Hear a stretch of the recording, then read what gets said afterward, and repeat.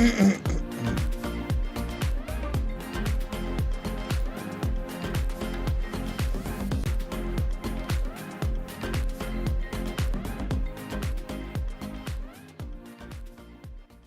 right, guys, welcome to today's session here with Chris Capre. We have something very special for you guys. I know Chris has a special session here in the chat. A lot of you guys already talking about where you guys are. Soren, how are you? Galaxy, Z Denek, what's going on, guys? In the YouTube chat, what's up, SK, Kansas, Chicago? Go ahead, let us know where you guys are tuning in from. Go ahead, guys, and good morning, Jim. Morning, guys.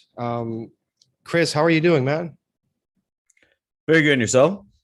Good, good, good. I'm great to be doing. Well, I'm grateful here that we're doing this session today. Such a great week coming ahead in trading, and I know that with your experience in the markets, helping retail traders is always good, right? And doing this on a Sunday, so I appreciate you being here. Thank you for being here with us, Chris Capre. Yeah, I'm excited to be here. We got a lot to talk about with the upcoming week and the monthly OPEX that happened. And so, yeah, a lot of good things coming in. I'm also seeing a lot of people from the U.S. here, call for Colorado, Tampa, Los Angeles, Prague.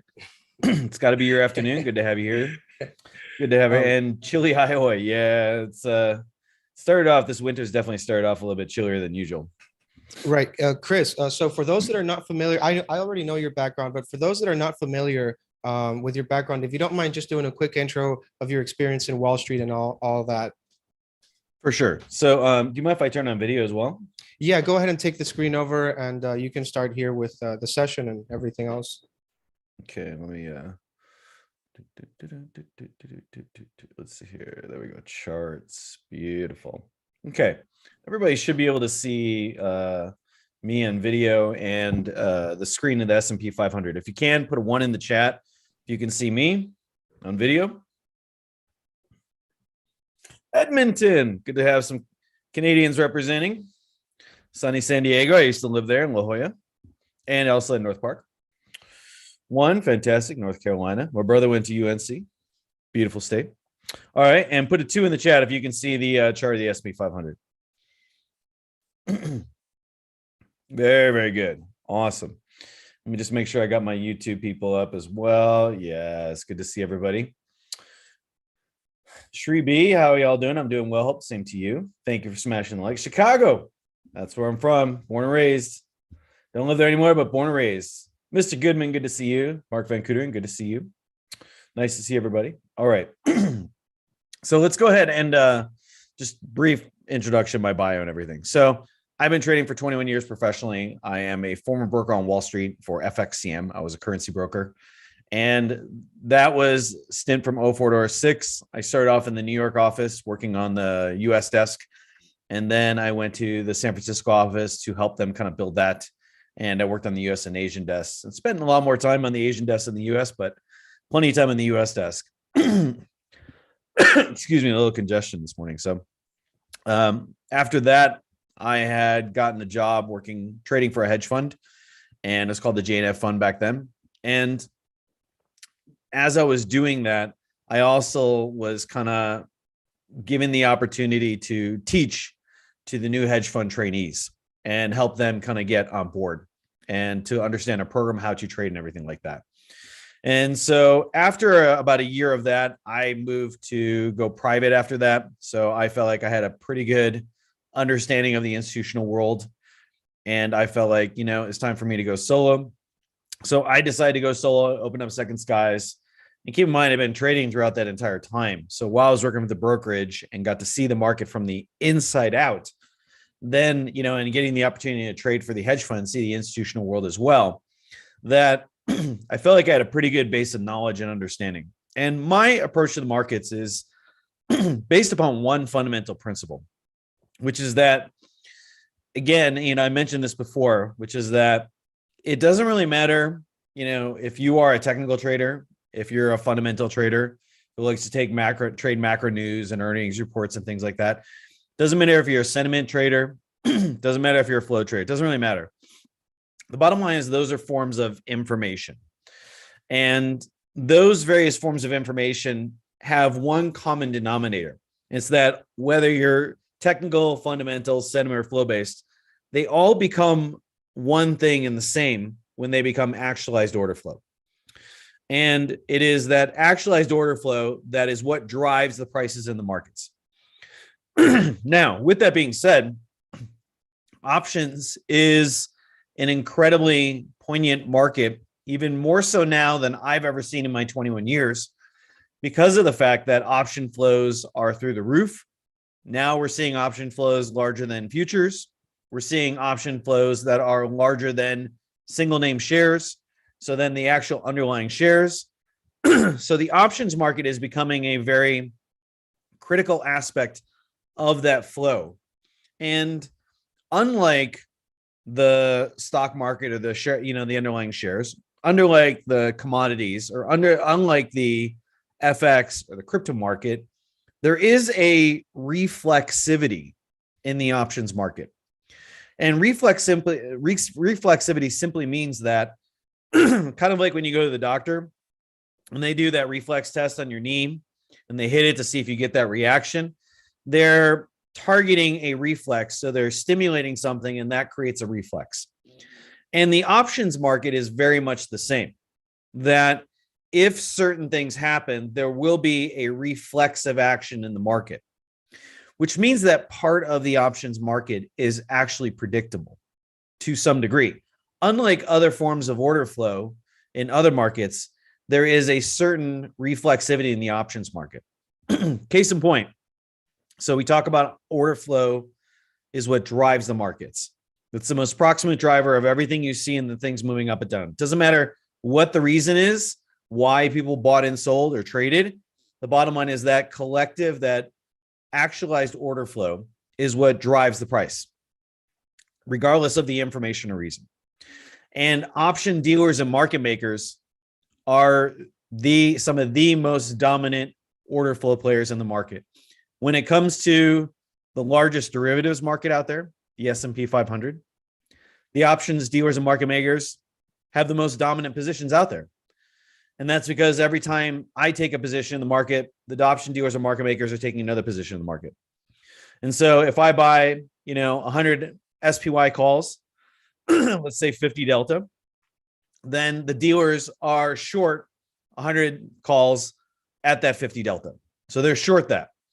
And that means that if the market goes up, they have directional exposure. And dealers don't want that. They don't want that because that creates risk in a market when they don't need to take on risk because they can just hedge that flow naturally. They don't want to have a directional position. They want to hedge that position instantaneously. And so I make that long 100 SPY call trade. They're short 100 calls. They're going to long SPY. They're going to do it via futures or via the underlying. And so there's that reflexivity. I buy, they're short, I'm long calls, they're short calls, they hedge. That creates one reflexivity in the market. But then there are other forms of reflexivity in the market from the option dealers and market makers. And my job as an options trader and as the mentor of the Benzinga Option School is to teach you about that reflexivity and to teach you how you can position yourself based on what's going on in the market and what kind of reactions and reflexivity that will create as the market goes up, as it goes down. Are dealers buying or selling? Where is the positioning? Where does, the positioning change to where things get more or less volatile? Very, very important. Where is there significant buildup of positions that may act as support or resistance? That's the job, and that's the focus of the Benzinga Option School. Now, before you can learn all that and really fully understand that and apply that and use that, you have to go through a series of skills. Just like if you want to be a professional mixed martial artist and a champion in the UFC, you can't just walk off the street with no fighting skills and learn the toughest skills right off the bat. You're going to have to learn footwork. You're going to have to learn how, like when you throw a punch, how you rotate your hips into it to increase leverage and power.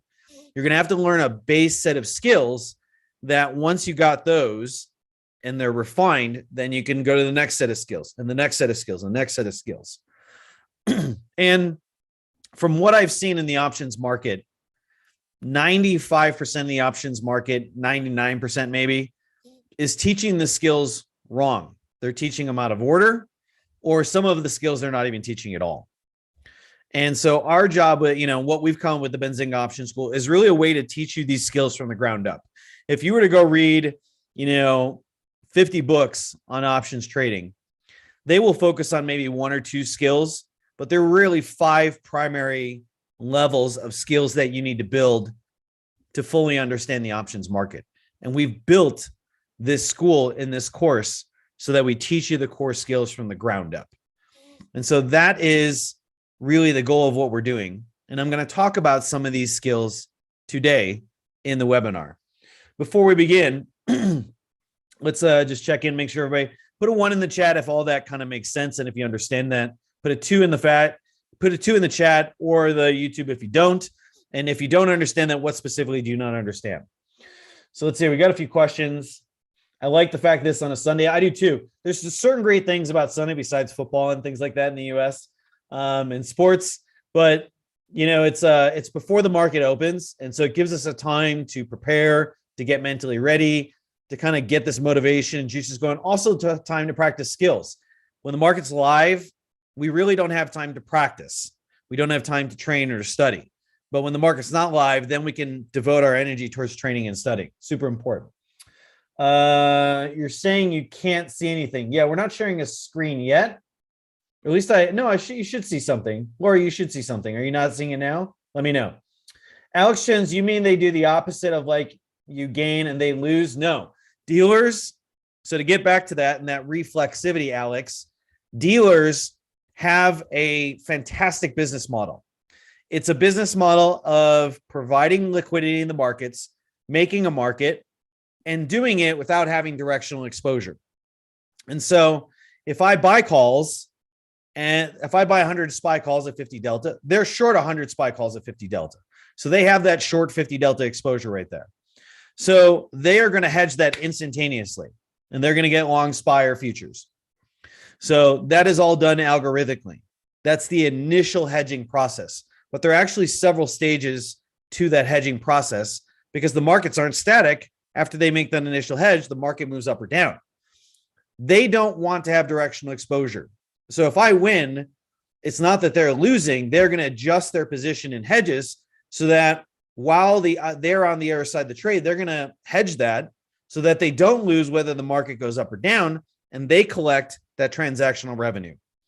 If you had a chance to make money in the markets without the market going up or down, it doesn't really matter, and it was free, other than making a market, you would do it.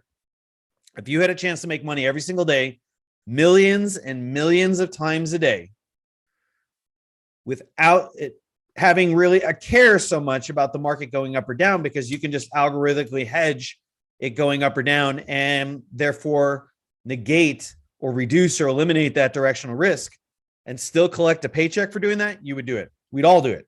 We'd all do it if we could. So that is what I'm talking about when I talk about the reflexivity. Okay, great. Then how Tesla shorts lost their pants. We'll get into that. We'll get into that in a little bit when we start talking about single names. It's not hard to, it's actually not a big mystery, or, it's not like some Da Vinci Code problem with Tesla shorts losing their money. That it's a very straightforward process, and we'll explain that when we get into single names. I actually have the Tesla chart ready to talk about in a little bit. Okay, so we've covered the kind of basics of this. It seems like everybody's got a general idea of what's going on. Okay, so in my opinion, the 5 skills that a trader needs to learn in order to really understand options is very much like a pyramid. You have this base level of skills that it provides this kind of foundation. And then after you have that, you can go up to the next level and the next level. And as we go up the pyramid, the skills become a little bit more specialized. They become more nuanced. They have deeper and deeper layers.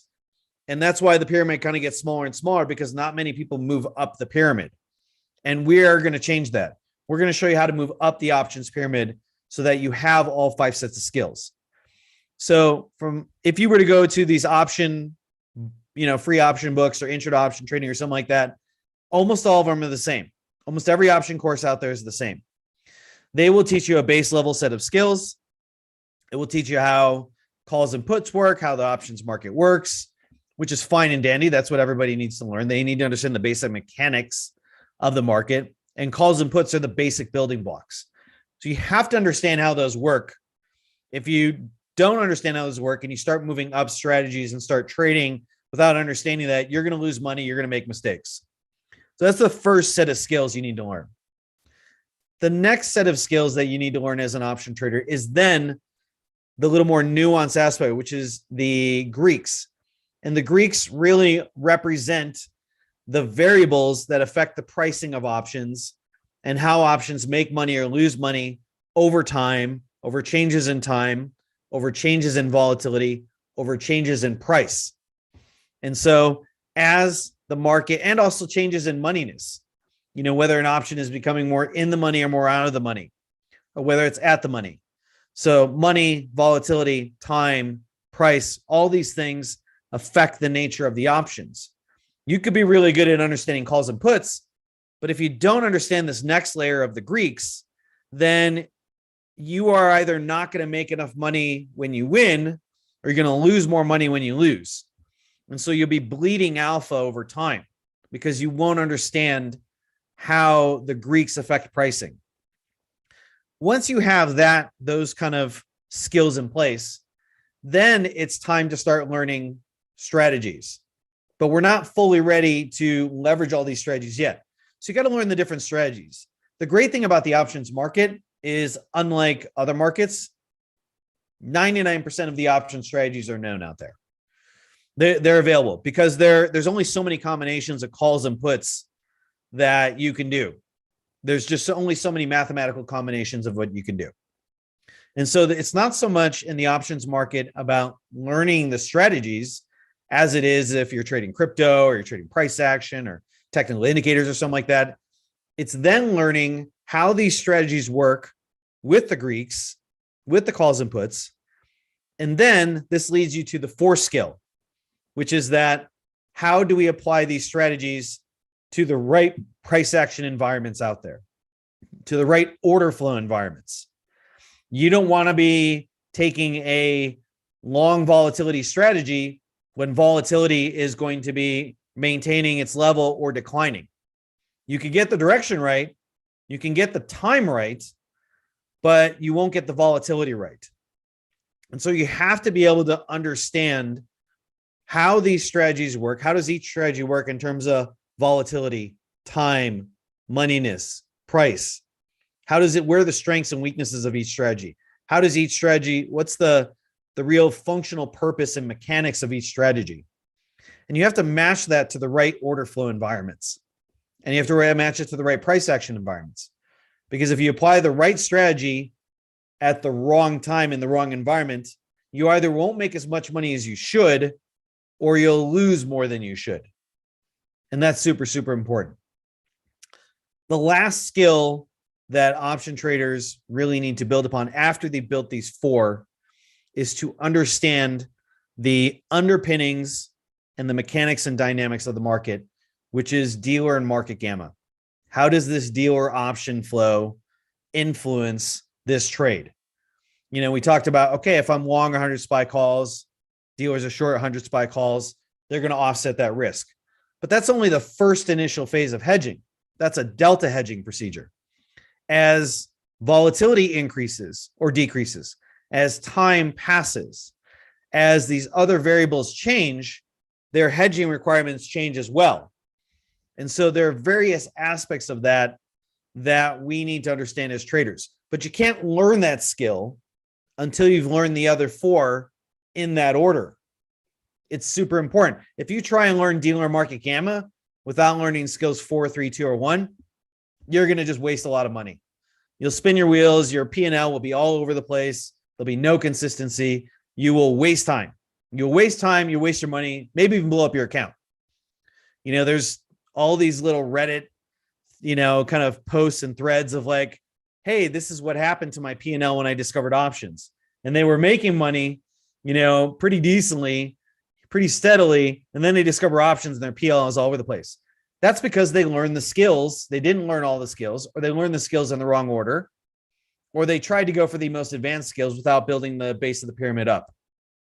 And that's what we do. We are going to teach you how to build these skills from the base of the pyramid up so that you don't destroy that P&L, so that you don't blow up accounts, so that you make money at the right times and step out at the right times, not make money at the wrong times and step in at the wrong times. That's what we're trying to do. And there are many layers to these skills that we are going to teach you along the way. So with that being said, any questions on that before we move on? TK1 says, Chris, some info on options trading, best way to finish one's weekend. I agree. It's a great way to end the week. Will this video be taken down? I need to watch it later tonight. I don't think so. I think it's recorded. I think the last video we did a video earlier this week on Tuesday, and that video is still available. So yeah, it should be available after that.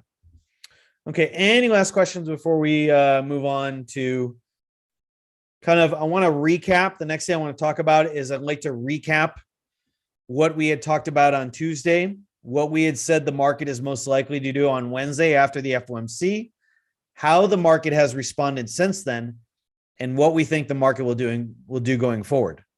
Before we get into that, I do want to kind of take a few points and bring in some data points and talk about why you should learn about options. Why you absolutely should learn about options. And if you're not learning about options right now, that you're going to be one of those participants who's left behind, who will not understand why the market's moving the way it is. Why is it doing this? Why is it ripping? Why is it selling off? Why is it stuck at this level? There's a lot of things going on in the market that are highly dependent upon the options market. But if you don't know that, you're just going to be a reactive trader. And I see lots of traders on Twitter who call themselves experts are like, oh, well, if this does this, we'll do this. And if this does this, we'll do this, with no understanding of the options market whatsoever. And then the market doesn't do what they expect, and they have no idea what to do because they don't understand. They haven't pulled back the curtain on the markets. They haven't looked under the hood to understand mechanics and dynamics. Mechanics is basically like, if you think of something mechanical, if I hit a lever, it's going to, like, if I have like a seesaw and a lever, and a fulcrum and everything like that, and I push on one end, it's going to raise the other. That's mechanical.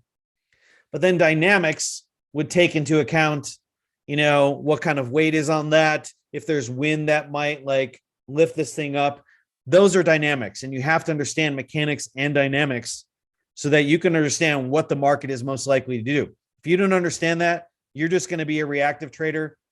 And you may think you're a decent trader. You may understand the markets. You don't.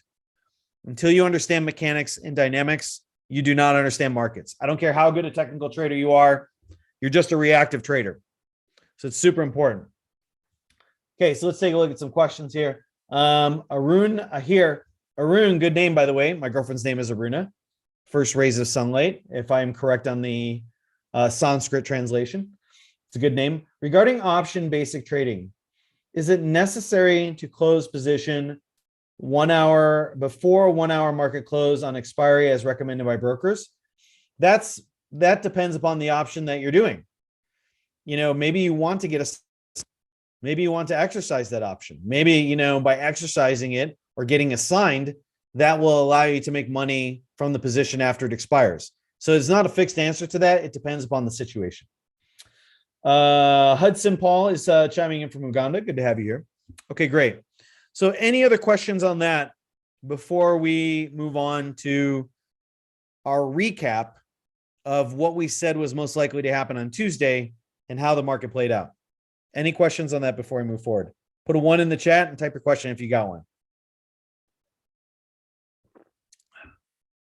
Okay. Looks like we're good to go. Okay. So who is here on the Tuesday webinar where we kind of introduced the Benzinga Options School and we talked about some of these principles? Put a 1 in the chat if you were here on the Tuesday webinar. And we got somebody typing in the Q&A. If you can, if you're in the Zoom, try and type your questions in the chat. This way it makes it easy. I don't have to look at Q&A and chat and everything. I can just look at chat. Mr. John Miller, 1 was there. Okay, cool. Anybody else? Really? There's got to be more of you. You didn't see Tuesday. Raimoon said he was there. Okay. Anyone else? Okay. In some ways, this is actually kind of good because it means that we get to explain some new things. So, did not see Tuesday, saw Tuesday. Okay. So, mix. Okay. First one for me. Fantastic. And Daryl Garcia says, I love the way you present the information. I appreciate that. I'm glad to hear. Okay. Mr. Goodman was here and TK1 was here. Great. So, on Tuesday, before the FOMC event, we had talked about that, and I made a vertical line for the FOMC event here. We'll get to that in a second. We had shown this chart, and we had kind of broken it down into 3 environments.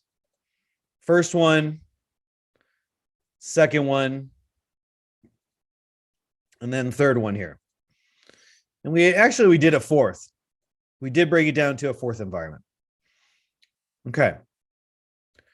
Now, if you don't want to learn how the market works, if you don't want to learn how to predict movements ahead of time, and I'm not saying you're going to be like some amazing forecaster by learning these skills, but you will be much more likely to understand the direction, the volatility, the type of market you're experiencing, instead of just seeing it after the fact.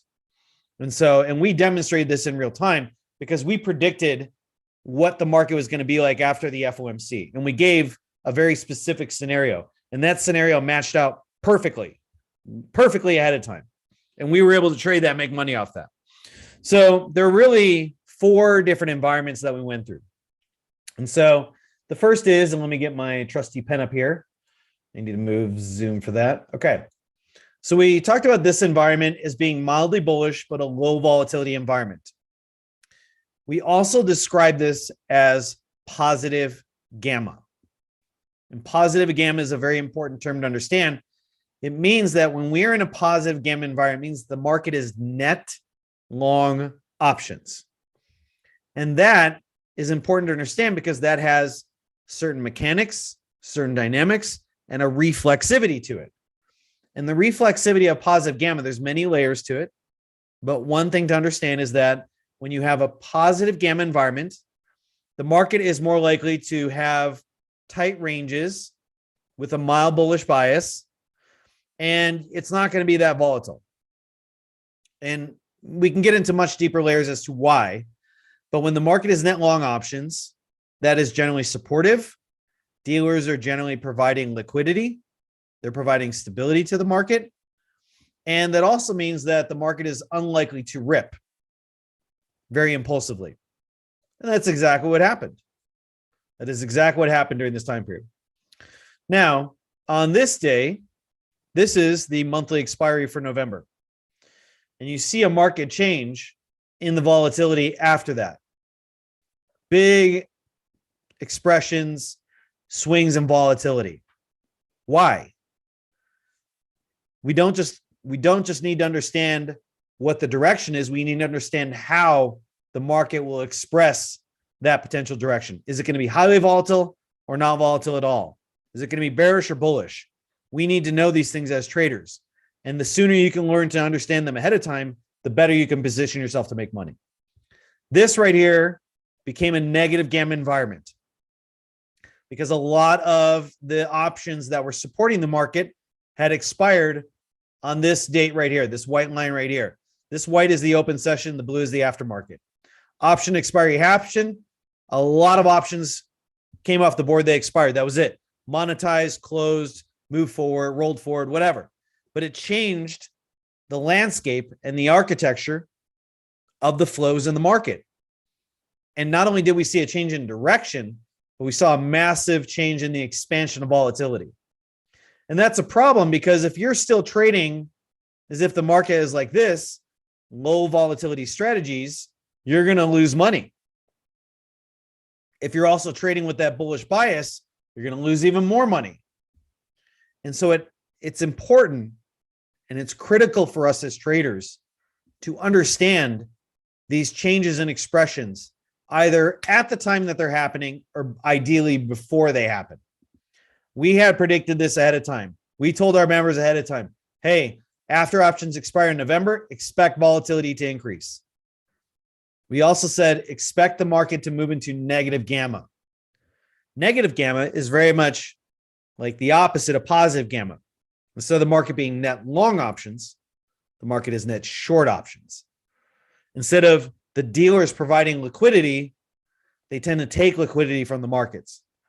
Instead of them providing stability, their actions and flows, their hedging impacts tend to destabilize the markets even further. So that exacerbates volatility. Again, if you don't know that ahead of time, then if you don't understand how the mechanics and dynamics of the markets work, particularly the flows, you are a kite in the wind. And the bigger the storm, the worse it is for you. Now, you can be that kite in the wind trader, or you can be someone who learns how to understand the weather ahead of time. That's the job that we are doing at the Benzinga Options School, is to teach you these skills so you can read this ahead of time. And again, we predicted this to our members ahead of time. Expect negative gamma, expect an increase in volatility. Changes in environment means changes in strategies. You can't be short volatility going into a negative gamma environment, because if the volatility increases, you might get the direction right, but the volatility may make the options that you sold more expensive and thus lose money. So in the right environments like this, you not only need to get the direction right, you need to get the volatility right.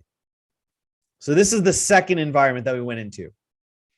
Now, as the market sold off, the VIX on this day, as we started to get to the 6th and the 7th, the VIX started to get very rich. And if we go back to, and let me clear some of this out. Let's go to the 1 hour chart. And as we get to the 6th, the VIX is now at the richest it's been for a long time. And it's above 30.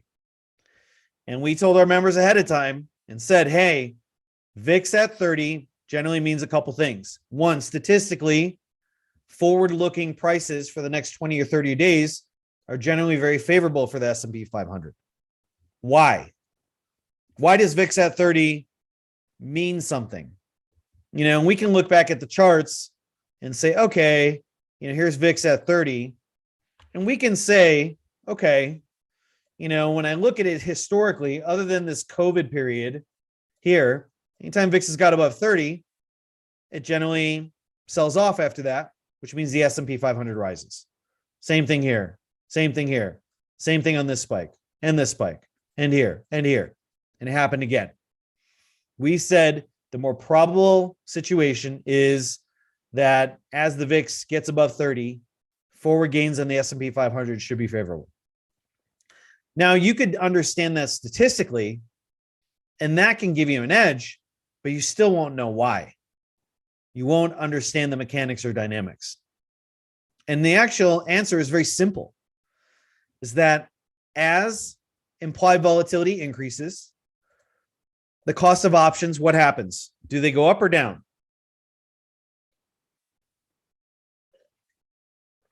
They go up. Yes. So think about it like this. Let's say you bought your last car for $100,000. And you thought, I paid $100,000 because I thought $100,000 was a good price for this car based upon the options, the features, and everything it has. Okay, if on the day, and you talk to the car salesman ahead of time, and you said, look, I'll pay $100,000 for this car. And they say, I agree, that's a good price. We'll sell it to you for them. But then you show up at the dealership, and the dealership says, we can't sell it to you for 100. It's going to be 105,000. If you think 105,000 is a good value, you're going to pay that 105,000, especially if you think that the value of that car may increase or that you think it's a good deal. But at some point, as the price of that car goes up, you might sit there and go, I don't think it's a good value at this price. You were offering me 100. Now you're saying 150. I can't really justify that price. As the car gets more and more expensive, it needs more and more capital and more people with the capital to buy that car. And if people stop buying that car, then what's going to happen to the price? Let me know in the chat if you think you understand what's going to happen to the price if that car becomes too expensive and nobody buys it. Yes, it's going to go down. This is mechanics. This is dynamics. And this is something you have to understand. As the VIX got more and more expensive, implied volatility gets higher and higher, it's harder and harder for people to buy long VIX contracts because the same contract of long, 10 VIX calls 2 weeks ago is more expensive than it is when it is at 30. So eventually VIX got to a point where the implied volatility was so high, it just got rich and it couldn't attract new buyers to elevate it even further. If VIX is going up, that generally means that people are buying puts. They're getting long puts. They're buying downside protection. Now, if you have $1 million house and a fire insurance, provider in California says, hey, we'll sell you insurance on your $1 million home for, $5,000 a year, you might think, wow, that's a pretty good deal. I spend $5,000 in insurance and I can protect my $1 million home. But if they come back to you and say, you know what, that insurance is going to cost you $250,000, you might be like, wow, this is not the best deal. Or if they say, hey, it may cost you $1 million, you might be like, sorry, it's not worth it. It's just not worth it. The probability of a fire is less than a one-to-one relationship. It's not worth it. Again, mechanics, dynamics. And so as those long VIX, long puts got more and more expensive, they needed more and more capital to continue gaining in value. And if they couldn't, then VIX is going to come down and the value of those puts is going to come down. And if you're long puts and they're worth a lot of money and you see that that value is getting worse and worse by the day, you're going to close out those long puts, take your profit and be done. And what's that going to do reflexively? That's going to sell the VIX off and that's going to increase. And that means they're going to close out the long puts, which reduces the bearish pressure on the S&P 500 and the S&P 500 rises. And that's exactly what happened on these 2 days. On these 2 days, which is the 6th and the 7th, VIX got crushed, S&P 500 ripped. Let's go into the 1 hour chart and you can see this reflexivity in action. Here's the 3rd, here's the 6th. Here's the 7th. What is VIX doing? Selling off. It's too rich. And what was the S&P 500 doing at the time? Going up. So again, reflexivity. If you don't understand this, if you don't know how the options market works, you are a kite in the wind. That's it. And I don't want to be that kind of trader. You'll always have to be reactive. You'll never know what is the best. Is this a really good environment for me to fly my kite or not? You don't want to be that person. You don't want to be that person. If you do, you will have to just be super reactive and you'll never be able to predict what's going on ahead of time. You're really, just hoping for luck at that point. And so our job is to pull back that curtain. Okay, so before I move on to a little more S&P 500 analysis, which is this, after this rip here, these last two sections, I will explain this in terms of order flows, dynamics, mechanics, and then what we predicted based upon these as was the most next likely direction. You can even go back into the recording. I'm sure Rodrigo will get you the link. I think at 228.05 in the recording is what I say is the next likely direction for the S&P 500, and go figure that's exactly how it happened. And it wasn't a mystery or anything like that. We said exactly what would happen based upon the mechanics and dynamics. So before we get into that, let's get into some questions. Let's see here. Somebody's asking a question. Tom Bigger saying, getting tired of being called stupid. Nobody's called you stupid. I'm not calling you stupid. I am saying that if you are a kite in the wind, then you are putting yourself in a position where you have to be reactive. Nobody said stupid. I don't think I even used that word once in this webinar, other than reading that out loud of what you said. What I am saying is you haven't been taught the skills on how to not be a kite in the wind, on how to understand mechanics and dynamics. And if you stay long enough, you join the school and things like that, you will learn that. So nobody's calling you stupid, Tom. That's not, I would never do that as a trader or as a mentor. Tom's saying, so at the macro level, how do we determine if the options market is negative or positive at any point in time? There are ways to glean this, but without the skills or without the tools or the apps or the algorithms to look at all the data points, you won't be able to do it. I will be providing that for members of the Benzinga Option School every single day. We have live classes Monday through Friday. I will be providing that information. Eventually, my goal is, as I'm working with the Benzinga Options team, is to build applications and technologies and apps directly in the Benzinga Pro app so that it will be made available. That's my goal. How long will that be? I have no idea. Will take time. Could be a year, could be 2 years. In the meantime, you want to get access to information, we will share that information with Benzinga Option School members every single day. But there's no like simple answer to that, because you have to be able to calculate notional positioning of all kinds of things of what's going on. You have to see total open interest and everything, see the changes in that. That takes a lot of processing. That takes a lot. Okay. Happy holidays, Rodzilla. Is that Rodrigo's other name, Rodzilla? I'm going to start using that. Good to see you, Shelly. Hope you're well. Okay. All right. Let me look at the Zoom real quick. Just rolling through the questions. Okay. Bobby's saying, what do you think about Adagio Therapeutics? We'll get to individual stocks like 15 to 30 minutes. And then we'll start taking some individual tickers. I want to teach you a base set of skills. And I want to teach you some things about this.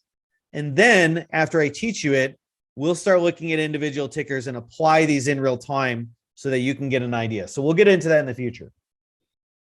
Kevin lists his question. Is the option service self-paced or is the service over a set amount of days? The Benzinga Option School is over 1 year. So it's a 1-year membership.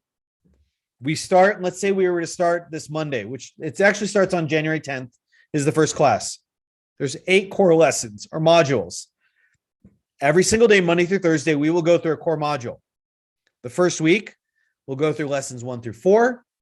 After we do that, we'll take questions, look at live market examples, and then we'll have a later session in the day where it'll be open Q&A, where again, we'll do further examples of that, live market examples. Friday is open office hours.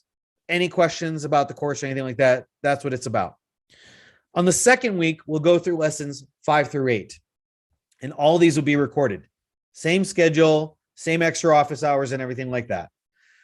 After those first 2 weeks of lessons, on week 3, we'll start back at lesson 1. So every 2 weeks, we'll recycle. So if you miss a week, you can always attend the recordings, and we'll re-explain the lessons live, and we'll go through each cycle every 2 weeks. So you have a chance to relearn, but as the school and the students get more and more advanced, we will evolve and add more nuances and take the lessons to the next level over time. So you'll get a chance to be a part of that progression. So hopefully I answered your question. Jim Iowajimi says, at what point in the chart can you realize the switch to negative gamma? Well, you can realize it after the fact. We told our members before the option expiry that we anticipated this, and that's how it played out. But the first day would be the 22nd. That would be when it started, not the 28th, the 22nd. Al says, I'm a kite. That's okay. We're going to teach you how to not be one.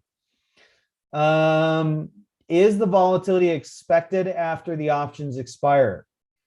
It depends upon the option expiry and how many options are expiring.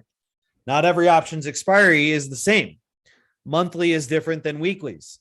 And also where the options concentrated. Are they concentrated on this Friday, next Friday? Where is the largest portion of options concentrated and at what expiry?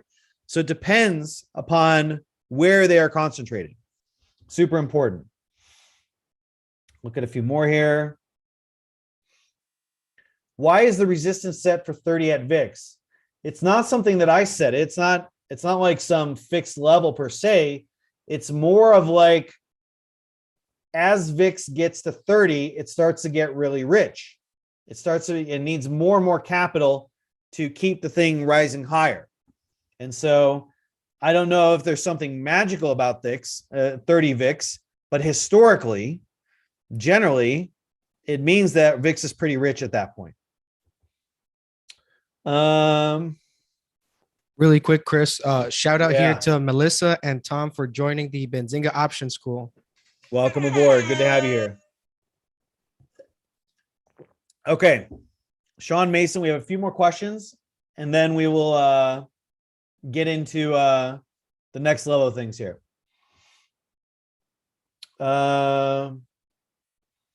Okay. How do we know what stocks can cause others to reflex? There's no way to know ahead of time, but if the larger the general rule is, the larger the stock is, and the more positioning it has, the greater the chance it has to influence. Like, for example, if there's a huge buildup in options positioning in Tesla, that's going to have a greater chance of influencing the market than, say, a $5 stock with a 50 million market cap.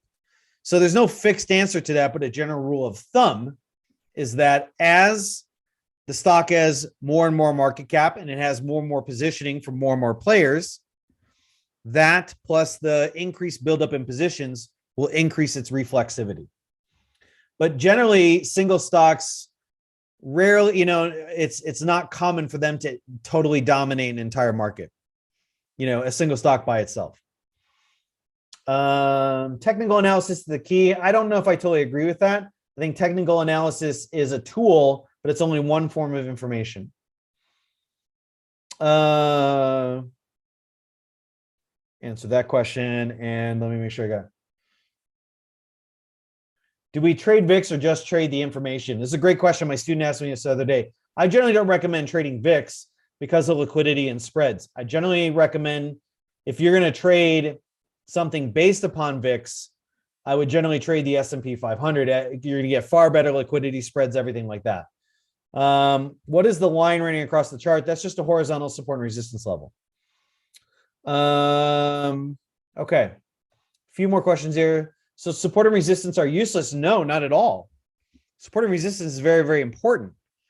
But understanding where those flows are, where the concentration of positions will tell you whether that support or resistance is more likely to mean something or not.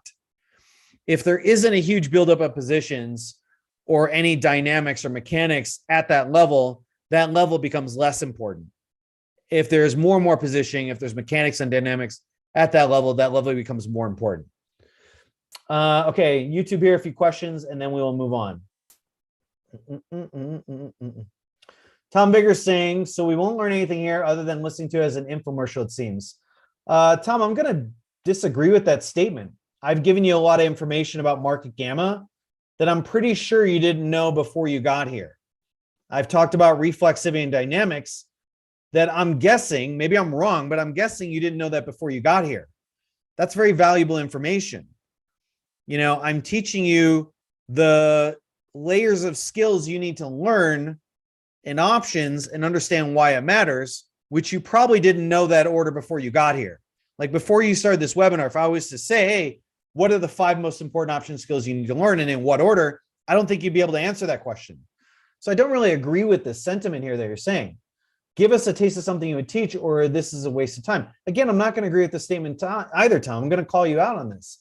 That information that I just presented to you is very, very important. If you don't understand that, you'll have no idea then what you're doing with options. So I'm going to disagree with you on this here. How is the options program different from your website? We don't have an options program that's available to people publicly. We closed our options program once we signed the deal with Benzinga. TK1, can we say the option market is undergoing a similar change as the stock market did recently with all the new retail investors and meme stocks? Has trading volume risen recently? This is an excellent question, and it actually segues into a couple of things I'd like to share. So let me show you some data points here that is super, super important. Okay. First off, what can we see from this chart? This is the SPX, that's the S&P 500. That's the institutional S&P 500 that institutions trade. That's the SPX. SPY is an ETF that mimics the S&P 500. That's what most retail traders trade. So what do we see here? Notional volume has been double the futures volume. This is important because if SPX options notional volume is now doubling futures volume, then which market is becoming more important? Which is having more of an impact upon how the price moves? The options market. So super important. So this is the ratio of SPX notional volume, the SPXE minis to the futures 3-month rolling average. And we can see it's continually increasing. COVID is when it got a huge spike. So it's continually increasing. Very, very important data point. Now, let's look at another data point here. And so let me expand this here. So single stock option volume remain elevated, even as share volumes have declined to year-to-date lows. So what is this telling you? People are buying the underlying less, and they're buying options more. That increases the weight, the impact, the reflexivity, the mechanics of the market. And that means that learning options is now more important than it was, say, 10 years ago, because it wasn't as big of share of the flow. Now that it's at some of its highest levels, it becomes more and more important. If you don't understand this, then you are missing the 800-pound gorilla in the room. And that's not something you want to ignore if you're in the room. So even if you didn't think options were important before, you can't argue with this data point here. You can't argue with these data points because now options are more important now than they ever have been in history because of the sheer size and the volume and the flows that are going into the options market. This means that if you aren't learning options, you aren't learning about one of the most dominant flows in the market and one of the most dominant influences in the market. Now you can see it's like Exhibit 3. I like Exhibit 2, Exhibit 3. I feel like I'm in a law room or courtroom. Single stock options market is now 140% of the underlying shares market based on daily value traded. 140%. That's huge. That means it's over double. So on Tesla on any given day, you want to see or understand what's the more probable direction and strategies to use on Tesla, you need to understand options because there's more people buying options on Tesla on any single day than they are buying the shares. Why? Partially because of leverage. You get more leverage with options than you do with shares. You know, if you're past the PDT rule, which I hope most of you are, okay, you're going to get 4 times margin. But if you think about it, for every one options contract you have, you're trading, you control 100 shares of that stock. That's a much different leverage ratio than 4-to-1. So it's super important that you understand this power and impact of options. Now, the last data point I want to share is this one. We talked about options expiries. Quarterly SPX option count for more than half of the 4.3 trillion options notional set to expire. This was this December 17th expiry, which was the quad witching, the quarterly expiry. The amount of options that expired on the S&P AIX in the morning, which is I think 9:15 Eastern, 6:15 Pacific, was more than half of the total volume. So if you want to understand what is the more likely direction, the more likely impacts, the more likely mechanics and reflexivity in terms of what's driving the market, you need to understand options. Super, super important. Okay, any questions on that before we move on? So TK1, is the options market undergoing a similar change as the stock market did recently with all the new retail investors? Yes, for sure, without a doubt. The data points explain that very clearly. We're seeing a huge influx of flows into the options market. That means that now is the best time to be learning about options, because if these flows keep increasing, that 800-pound gorilla in the boardroom is now going to become 900 pounds and then 1,000 pounds. And pretty soon it's going to be a ton. And that weight will move the markets even more. But if you don't understand it, you're under-equipped and underpowered to understand what's going on in the markets. And that's, not a position you want to be in. Nugget has questions about Amazon. We'll get into single stock names later. So we'll get into that soon. You'll find price action, support and resistance correlates really nicely to option positioning too. Yes, it does. Flows matter. Tony Rosas, take notes and look up some of the things given here for free. These are gems. Appreciate that. Yeah, that's kind of a shout out to Mr. Vigor, Tom Vigor. So yeah, super important. Some, at least me, also would feel more comfortable buying a put than shorting a stock. Yes. Well, there's difference. You have to get more margin. Just shorting a stock means you have to put more margin than usual. And there's a lot more risk and volatility in some senses to that. Plus, you don't get convexivity when you short a stock versus buying a long put. Okay, a few other questions, and then I want to move on to this section, and then what we predicted going forward. Support and resistance are not useless. They're very, very important. We've talked about that. I would love to join the school. I can't afford it. Lost over 150,000 in the markets. It is extremely hard to recover with the nothing I have left. You know what?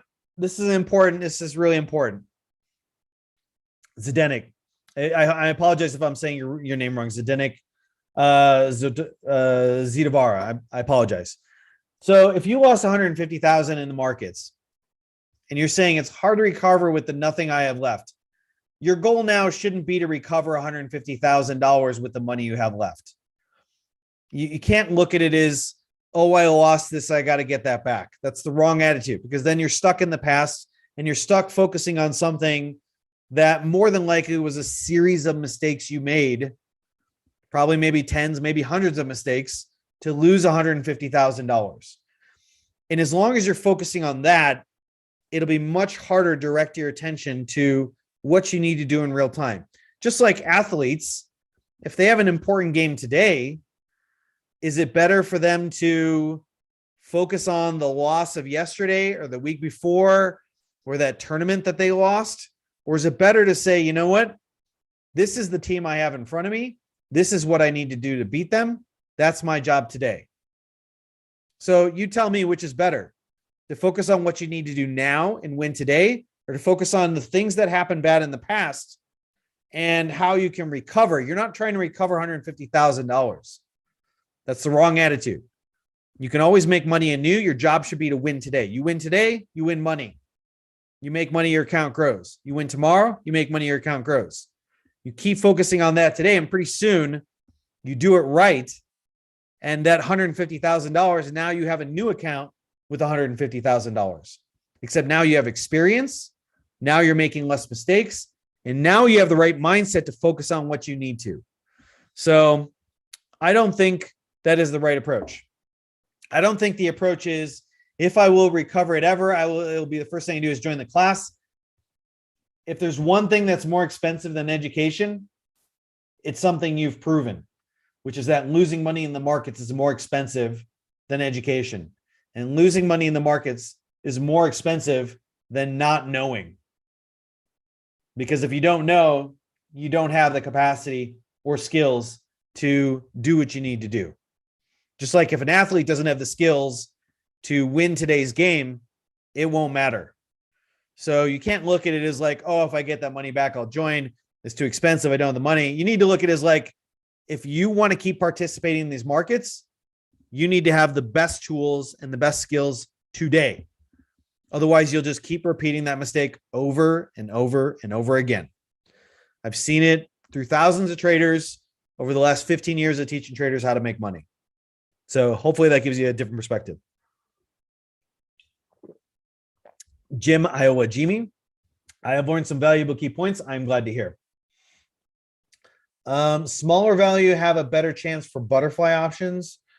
I'm not sure what you mean by that. Perhaps you can clarify. Uma Shankar says, I've never heard of gamma before. How do we find if the market is in positive gamma? So we answer this question. You would need to be able to calculate gamma notional. You need to be able to look at open interest, changes in open interest. You need to understand hedging impacts. There's a lot of things you can do that you buy. Frankly speaking, you don't have the skills or the data or the access to the information to do that. I will be providing that every single day for market members of the Benzinga Option School. And eventually my goal is to build that feature into the Benzinga Pro. And when it does happen, we'll announce it to everybody and say, hey, it's available. Sean Mason, I'm 18 and trying to learn more. I'm learning about vocabulary and how to read this graph, just what I can take from it. Glad to hear. Is the SPX you looking at ES futures? No, I'm looking at the SPX.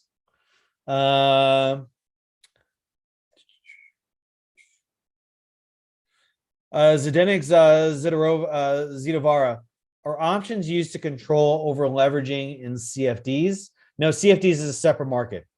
CFDs are contract for differences. It's a different derivatives market. This is an eye-opener. I've wondered for 2 weeks why the overall equities volumes are reduced. Yeah, a lot of people have been confused by it. My problem is the lessons are during weekdays and during business hours. They're all recorded so you can attend them later. So when an option trader wants to liquidate a CFD trade, then they will just exercise the option. A CFD is not an option, it's a contract for difference. Those are different than options. They're both contracts, but it's a different type of contract. When the volume of options change the return on long-term, will the volume of options change the return on long-term investing? Yes. The volume of any flows going up or down will have an impact upon long-term investing. Absolutely. Why would anyone let the option expire and not just take a smaller loss? Because maybe they want to be long or short that stock at a particular price. There's various reasons for that. I've been watching Benzinga for years, love the input. I understand I am becoming pretty powerful with my cross-asset class positioning. I already went through many options courses. Actually, I just want to join. I really want to join Benzinga courses. I hope you get to join. Trading options with VIX and SPY is a good strategy. Or trading option individual stocks a better strategy. Depends on what your goal is. There's certain scenarios that would be good or not as good. Just depends. You know, the overall thing is to realize that you need to find a strategy that works best for you. There's no one strategy that works best for everybody. You need to find a strategy that works for you, time frames, your skill set, mindset. You know, what I can say is understanding VIX, understanding options, understanding SPYs, how those are reflexive will have an impact upon your options trading. But whether you want to trade single names or SPYs or not is really up to you. How much time is needed to get the most out of this service? There's no fixed answer to that because that's going to be dependent upon you, your experience, your skill level, your ability to study, learn the material, practice. There's no fixed answer to that. We're all different brains, different learning capacities. You know, I tend to be, I don't want to say a slower learner, but I definitely, need time to digest things. I take time reading things. I'm a slow reader. So I like to go over things, in multiple contexts until I really understand it like inside and out. And so I don't have really many people to compare myself to. It's not like I'm like, hey, I'm learning options. Today's day one. Oh, you're day one of options. All right, let's see who figures this out faster. Like, it's all different. The most important thing is how it means to you. Sean Mason says VIX being VXX. No, VIX is VIX. VXX is different. Okay. Am I getting paid to promote? No, I'm doing this today's session for free. I'm not getting paid right now at all for this time. That's not how I'm paid. So yeah, I'm excited. Cypher DMG, good to see you. I'm excited for the school. I am already part of the Benzinga day trading school. I can tell you that the school has already paid for itself. That's awesome to hear. This is most definitely gonna be worth the investment. I appreciate it. Okay. All right. So let's get into, before we get into single name questions, let's get into the last two environments, what we predicted for Wednesday, how Wednesday turned out, Thursday and Friday. Let's explain that in terms of overall flows and positionings, and then where we see things going forward for Monday. So let's get into that. Okay. So after this environment here, which was VIX crush, IV coming down, that created a certain fuel, which allowed the S&P 500 to rally. But very much like a spaceship, if the spaceship runs out of fuel, what's going to happen to the spaceship? It's not going to be able to continue to accelerate. Now, if the spaceship uses a lot of fuel just to get into orbit, that's fine, because once it gets into orbit, it doesn't need a whole lot of fuel to orbit the Earth. And that's kind of what happened in the options market. We had 2 days of rallies because the VIX was getting hammered. We had a huge VIX crush, a huge implied volatility crush. That created a reflexive rally in the markets. But then once that burned out, the markets went sideways for days, 3 sessions. And once we saw that that fuel was burning out, what did I tell members? I said, the market's going to consolidate for the next few days. Do not expect big volatility, expect contracted volatility. And so what do? We sold straddles and we sold iron butterflies.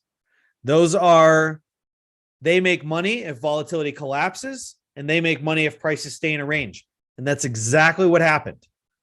So we sold a straddle on the first day, 0 days to expiration. If the market closed inside of a range, which it did, we got to keep the value of that straddle. Then the next day, we sold an iron butterfly that expired on this day. Same thing. As long as the market stays in the range, we make money. It's exactly what happened. Now, the next 2 sessions you can see are very different. In fact, they're different than this because they're both directionally the same, but this expression has more volatility than this expression. So what happened? Well, the markets were still in positive gamma, which is why we had those contracted ranges. But what was happening is on this day, this white session here, that was the FOMC. And what was the buildup in positions we saw going into FOMC? Traders were buying short dated. That means expiring that day, midweek, or the end of the week. They were buying short dated long puts. And so since the market was in positive gamma, the market sold off directionally because those long puts put pressure on the markets. But the positive gamma kept the volatility relatively contained. When we were in negative gamma, much more volatile, swings up and down. Positive gamma, less swings up and down, but directionally very strong. So traders bought short-dated put protection. Now, what did we say would happen on Tuesday afternoon? So this is Tuesday afternoon. We said, hey, FOMC's tomorrow. If the FOMC is not too bearish, if it's not like a disaster scenario for the markets, what's going to happen to the people who bought long puts? What's going to happen? The market's going to rally. And if you're long puts and the market's rallying, you're going to close those long puts very quickly. You're going to monetize them. So if the market's been long puts for 2 days and putting pressure to the downside of the market, what's going to happen to the market when those long puts are closed? It's going to relieve that pressure. And what happened? Boom. That's what we saw. We saw this line is the FOMC. Let's get into that on the 5-minute chart exactly. So let's go exactly to when the Fed comes out. There we go, FOMC. It's not a disaster scenario. Those long puts are relieved. We get an immediate rally. Market pulls back into support, builds a breakout structure. Boom, continues on. Rallied for the rest of the day. It rallied because of that reflexivity, because of the dynamics and the mechanics of what happens when those long puts, short dated, are pulled out of the markets. Now, why didn't the market continue rising and ripping on the next day? So let's think about this for a second. If a lot of the new options that were built up were short dated, that means they're expiring very quickly, and they were long puts, which put pressure on the market, those options are going to be out of the market. that created a fuel for the market to rally on this day after the FOMC. But after that, what did we see? Those options expired or were monetized. They didn't expire, they were monetized. That fuel came out of the markets. We didn't see a material change in the medium term or long term options. We also didn't see a change in the medium term or long term puts in the market, because a lot of those were expiring on Friday. We had about 30% of the S&P 500 options expiring on Friday, this last Friday that just went by. And we had about a bunch of single names with 50% of those options expiring. So a lot of the options were still held, and some of that put interest, the short dated put interest, was gone. That created the fuel for that rally at the end of the day. But the overall positioning for the options that were expiring on Friday did not change. We didn't see a huge material buildup in calls. We didn't see a huge material buildup in puts. And so because of that, once that short-term fuel was out of the market was left to express itself with what was still there. And that same remaining put and call interest was still there. The fuel exhausted itself. And because there were still puts in the market that weren't expiring until the end of this close here, it still kept a little pressure on the markets. So now, with that being said, we've just had an expiry, the quad witching, which we remember from that data point is over half of the entire notional volume of options and everything expiring. So this quad witching was huge. It was a large amount of volume that is expiring. So what did we learn from the markets the last time around? We learned that at a major option expiry, like the November one, we saw a huge change in volatility expression. I think the same thing is going to happen next week. I'm not saying the market's going to go down. Actually, I think the market is more primed because of the mechanics and dynamics and the positioning. I think the market is more primed to go up. Why? Because we had a lot of put options built into the market leading into this December 17th expiry. Now those are gone. They've either been closed, monetized, or rolled forward. But the bottom line is those are gone. So we've reset the options board massively. Over 30% of the S&P 500 volume completely gone. So that leaves us now with a whole new set of options, but there's less options to move the market around or to hold the market in place. So I'm expecting a big increase in volatility next week, way more volatile than yesterday's session. Next week, I think it's highly unlikely that the market stays in this very tight range. I think it's more likely we get volatility, and I'm leaning towards, based upon the flows, it's more likely to the upside. Now, we could start to sell off early on if traders very early on start to build up put positions towards the end of the year. But they already had a lot of put positions in both the S&P 500 and in a lot of single name stocks. And now that that's changing, now that those puts are being removed from the market, then a lot of that downward pressure is being removed. So I think we are more set up for a Christmas rally than we are for more pain in the markets. Now, there's some certain things that have to stay in place.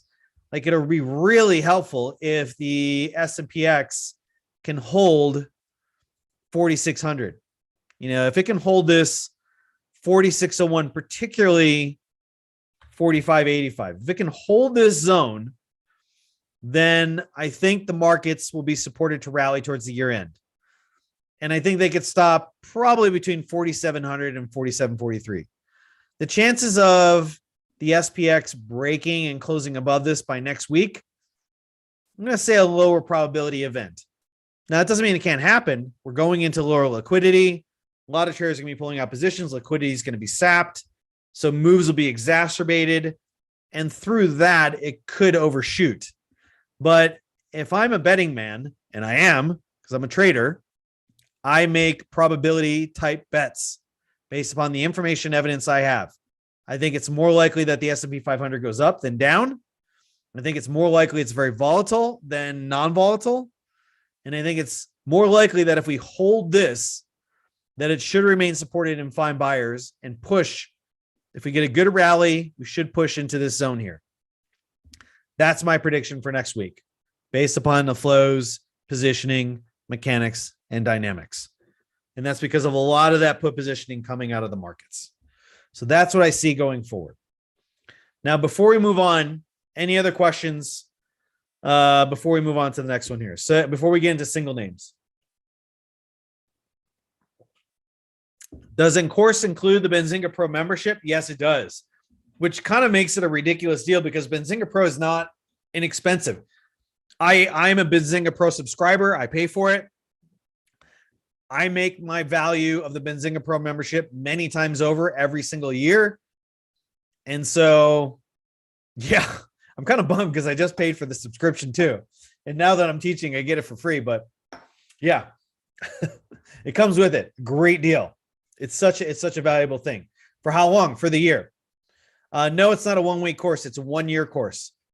We do 2 weeks worth of lessons where we cover the entire modules, the 8 modules in 2 weeks. And then we repeat again and again and again throughout the year. So you'll get 26 times to relearn the lessons, but as the lessons go on, they'll get more and more nuance and advanced as time goes on.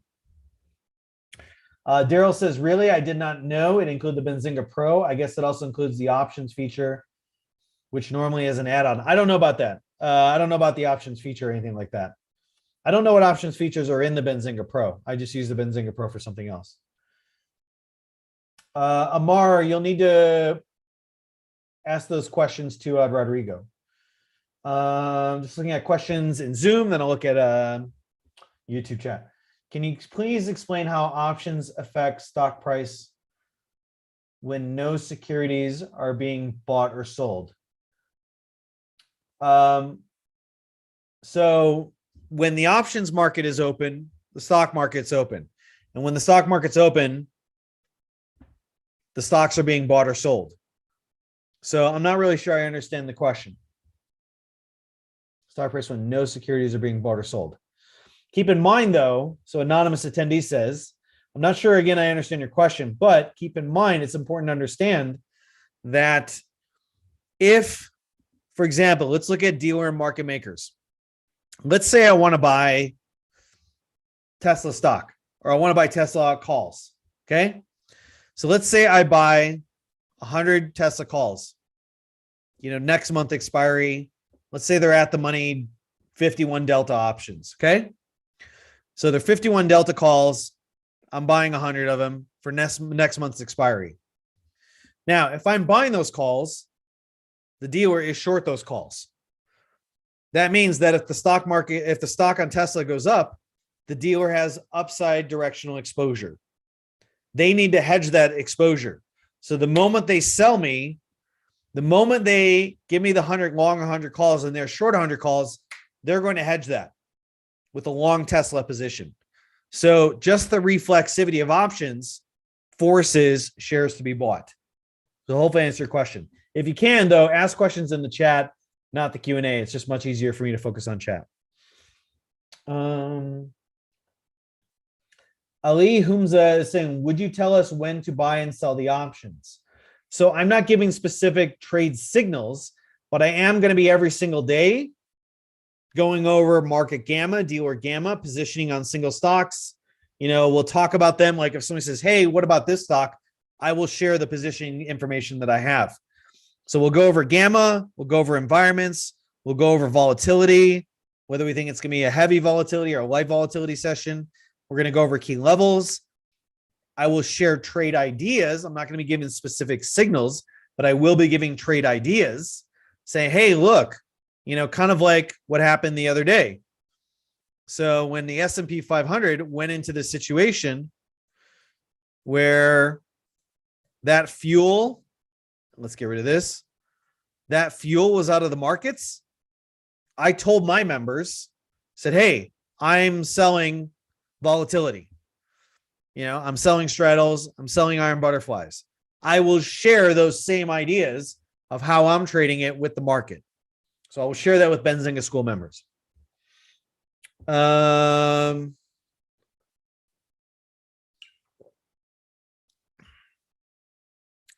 Sagar Karki, how can I see which option positioning is being built up for, say, SPX next month?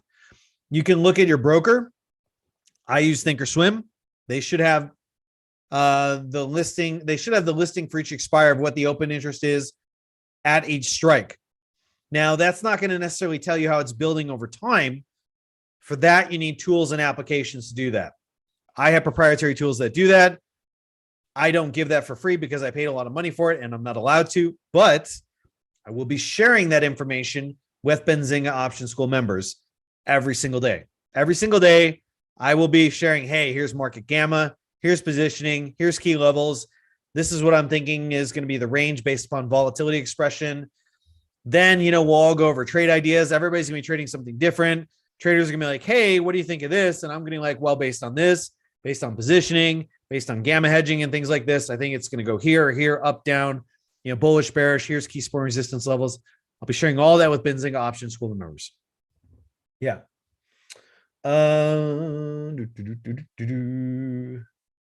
What is the course content? Rodrigo, do you want to, and Calvin's saying, where do I sign up? So Rodrigo's sharing the links on how to sign up.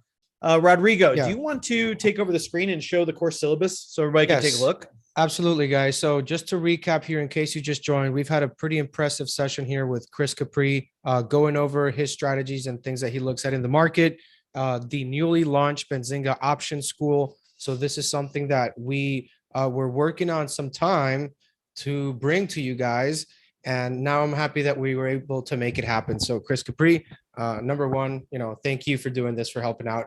And two, thanks to you guys for, actually wanting to get the education and things like that. So let me get the syllabus up.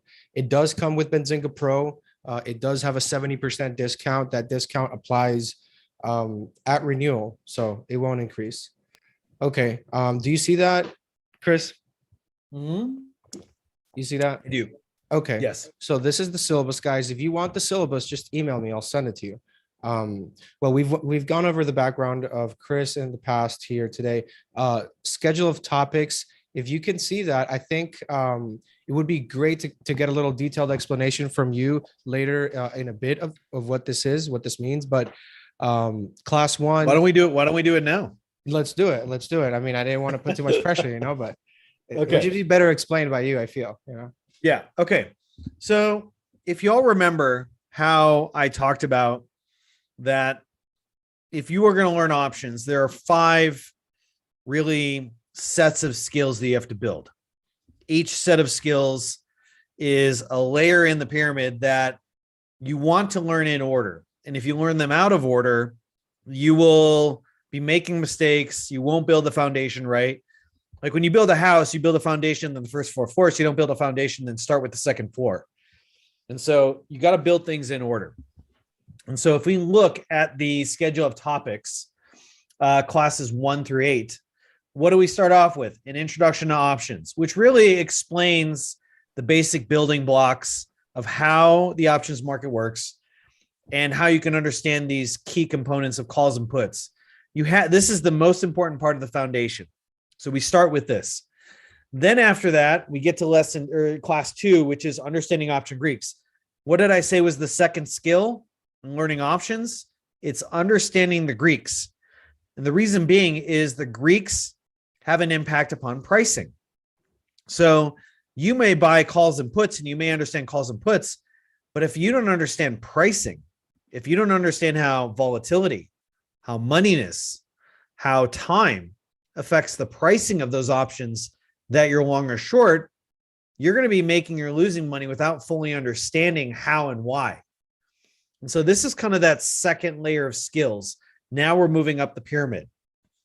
Now the third layer of skills at that point, once you understand the fundamentals of how the options market works, how calls and put works, how the Greeks affect pricing, how they're dynamic and how they can impact the market, whether it goes up or down, whether volatility increases, decreases, how time passes and all that.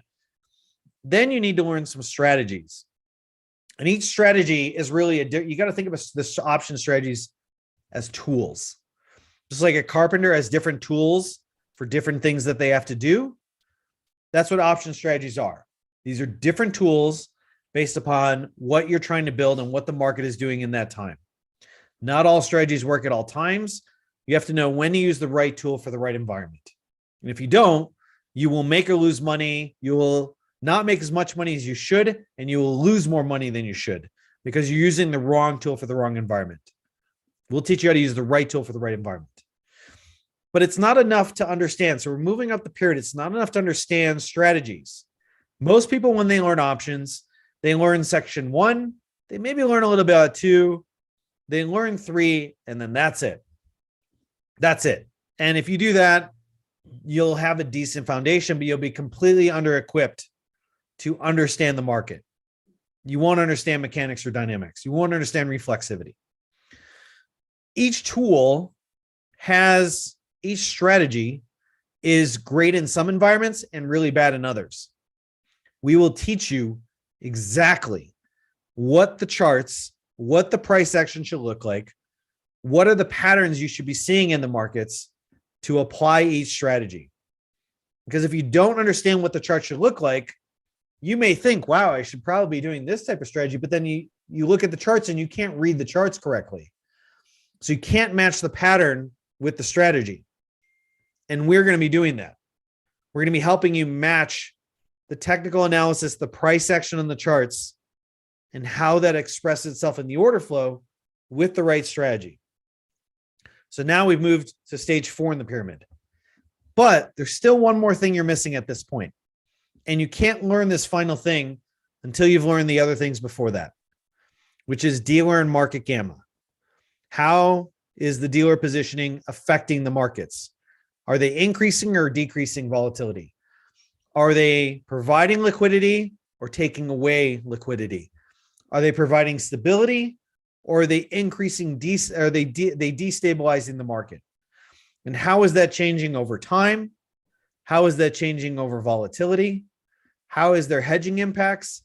And how do the flows impact key levels? Do they make them stronger or weaker by default? So that's the final piece of the puzzle. That's lesson 8. So 4, 5, and 6 are the strategies. 7, class 7, is where we teach you exactly the patterns in the price action in the charts that you need to see to apply that strategy and when to apply it. And then class 8 is where we put it all together, where we kind of show you underneath the hood and we pull back the curtain and say, okay, this market gamma is how the market functions on the inside out. And once you understand that, then all the pieces can come together. And so that is the overview of the course structure material. Yeah, and the schedule is pretty good as well, right? The schedule is great. So we have 10 a.m. Pacific or Eastern for the first lecture. It's about 45 minutes for the class. Then we have Q&A for that lesson, which then covers, we go over market examples every single day. So we're not just teaching you concepts, we're applying it to the market in real time. Then at 3 o'clock Eastern, which is 12 o'clock Pacific, my time. I'm in the West Coast, by the way, in Lake Tahoe. So we go over a lesson review and we have open market discussion, which is great because that's the last hour of the market. So it's a chance to look at what's happened today. What are the core things we've covered today? It's like our office hours, and then apply it in real time. And that just repeats itself Monday through Thursday. On Fridays at 1 o'clock Eastern, which is 10 a.m. my time, the market's already open. It's been open for a few hours. Europe's closed at that point. Now, we can do some open Q&A. It's really office hours to ask any questions, about the material. If you want to look at open tickers for next week, we will do that. You have trade ideas. Hey, I'm in this trade. How do I adjust this, work with this? That's what that will be for. So I really like the schedule because we have about an hour and a half of learning in the first section, hour and a half to 2 hours. So is that 10 to 10:45, 10:45 to 12? It's about 2 hours in the beginning, which is plenty of time to pack in a lot of material. But then we have a break. And that break is important because it allows your brain to digest that information. It's also important that you never go more than 2 hours in a single class, because your brain needs to produce neurotransmitters, chemicals to help you concentrate and focus. And once you start hitting that hour and a half, 2 hour mark, the brain will deplete all those resources. It needs time to rebuild them back up so then you can start again. So you have that break, you go for a walk, you have a sandwich, cup of coffee, go talk to your girlfriend or something like that, relax, go for a walk, and then you come back for another learning session in that day. So I really like how the learning is structured. I've structured it deliberately to improve the learning process biologically. And so I have a neuroscience degree. I'm going for my PhD starting next year in neurobiology. I specifically, have focused on how can we improve the brain's performance. And so I'm integrating that into the schedule itself. So yeah, so hopefully I answered your questions. Sunshil, yeah, this is the schedule for every week. So this would be the consistent schedule that you guys have. And keep in mind, you will have also a chat room that will be for students, for student trade ideas to post your research. You will also have a chat room where only Chris will be able to post, where he will be posting trade ideas and setups that he's looking at, right? So that way only he is posting. You don't have to scroll to find his information there. You can just see it there. Nobody else will be posting there. So that's just a couple of the things that you'll be getting here on top of what Chris is telling you about the features and things. And keep in mind, it's not just me, there are going to be certain students who are going to have some great trade ideas. And that's one of the benefits of being part of a community. I've been doing this for 21 years. And of the 21 years that I've been doing this, only 3 years was I working inside of a team where I was surrounded by other seriously experienced market traders. So outside of that, I've been mostly alone. Most of that time has been me behind my 4 monitors, and that's it. Trading can be a lonely thing. Having a community of members who are going through the same process as you is not only important because you start to realize you're not only not alone, but you have other people to help you along in the process, which is huge to leverage that. Like, you going it alone is going to be different than you in a community. There's no question about that. But then on top of it, with all these hundreds, if not thousands of eyes on the market, some people are going to be coming up with trade ideas that simply I won't even see because I haven't looked at a certain stock. There's 30,000 stocks. There's so many options to trade out there. I can't look at all 30,000 stocks every single day. But with all the members in the community in there, they're going to be spotting certain tickers that maybe they're looking at that I'm not. And they're like, hey, Chris, in the chat, what do you think about this ticker? What's going on with positioning? What's going on with flows? What's the gamma looking like? And I'll be like, oh, let's take a look. And I'll look up that data. And then I'll be like, wow, that's an interesting trade setup. This is setting up for a volatility player. This is setting up for this kind of player, this kind of strategy. So you're not just in an environment with people that can help you become better.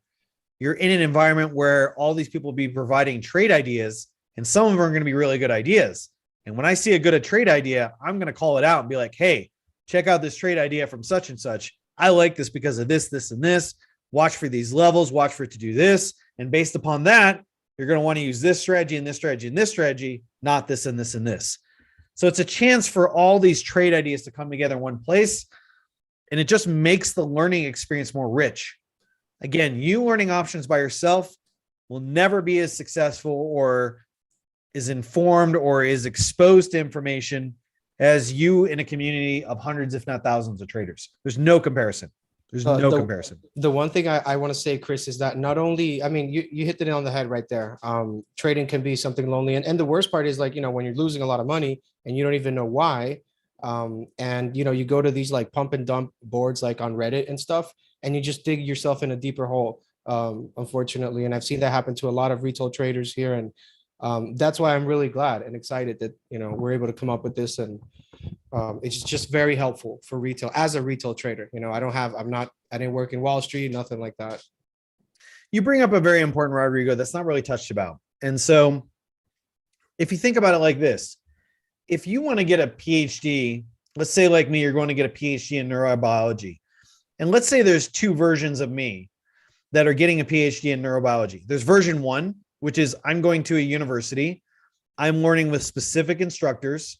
with specific students, with a specific curriculum, tailored parameters, specific topics that are all coordinated towards one goal, you're going to think, wow, that version of you has a really high probability of learning the material. But then let's take the other version, which is I'm going for a PhD in neurobiology, but I'm doing it all in public community and forums where the information is not organized. It's not correlated. The mentors are all over the place in varying skill levels, which we don't really know. Some of it's going to be based upon popularity, not actual skill level. You have all these voices coming together with all different agendas and everything, different levels of focus and skills. Which version of those PhD students are you going to bet on to get the degree and really understand neurobiology? Version 1 or version 2? Obviously, version 1. That's a no-brainer. And that is the problem with being on these public forums. You have no idea the skill levels of the people behind the forums. You have no idea their agendas, their focus, their, how they correlate things together, what their frameworks for teaching are. None of that. So that's like shooting in the dark, trying to learn something. And the problem is nobody becomes a professional trader by spending all their time in public forums. Just like nobody gets a PhD in neurobiology by going to public forums about neurobiology. You have to go into concentrated environments where you have very specific forms of feedback from very specific mentors and teachers, when everybody's focusing on the same thing, where everybody's learning the same material, where it all builds in a very organized order that's just deliberate in terms of how it builds. And you're learning from people who are all seeing the same thing. So if you want to keep going to public forums, by all means, have at it. In my opinion, you're wasting your time and money. You're probably even hurting yourself in some way or another. Don't get me wrong, you'll learn a few things here and there, but it's not organized. It's not correlated. It's all over the place. And you're going to learn from a lot of people who really aren't taking themselves to task. In this school, I take myself to task. I put my money in the line, in the market every single day. I have over 30 active open positions right now. My money is at risk every single day. Like 95% of all trading days throughout the year, my money is at risk. And I'm taking myself to task.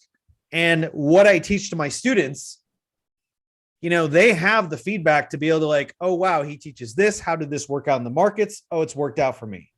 That's there. There's accountability. There's no accountability in public forums whatsoever. So I think public forums, while having a certain use, are overall net negative for people. Just like trying to get your PhD in neurobiology, if you try and do it through public forums, they'll be way worse than actually going through a university where they have a degree and mentors and people are experiencing that. So I think you'd be nuts to try and learn this material publicly. It's absolutely insane. Do it in a community. If I could have done it all over again, I started 21 years ago. There were 6 websites on the planet about Forex trading. 6. Now there are millions. There were no online classes like this. There was no such thing as Benzinga Pro. There was very few books and material and courses on options, if any.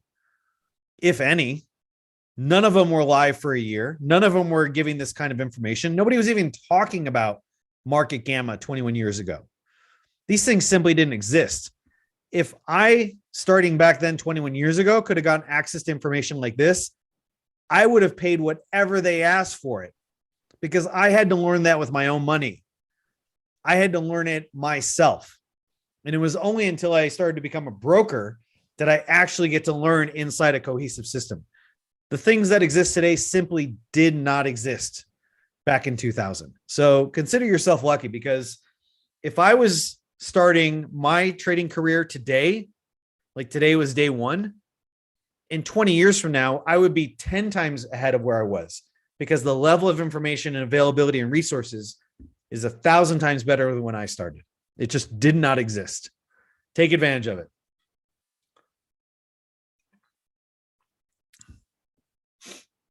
Okay, a few other questions.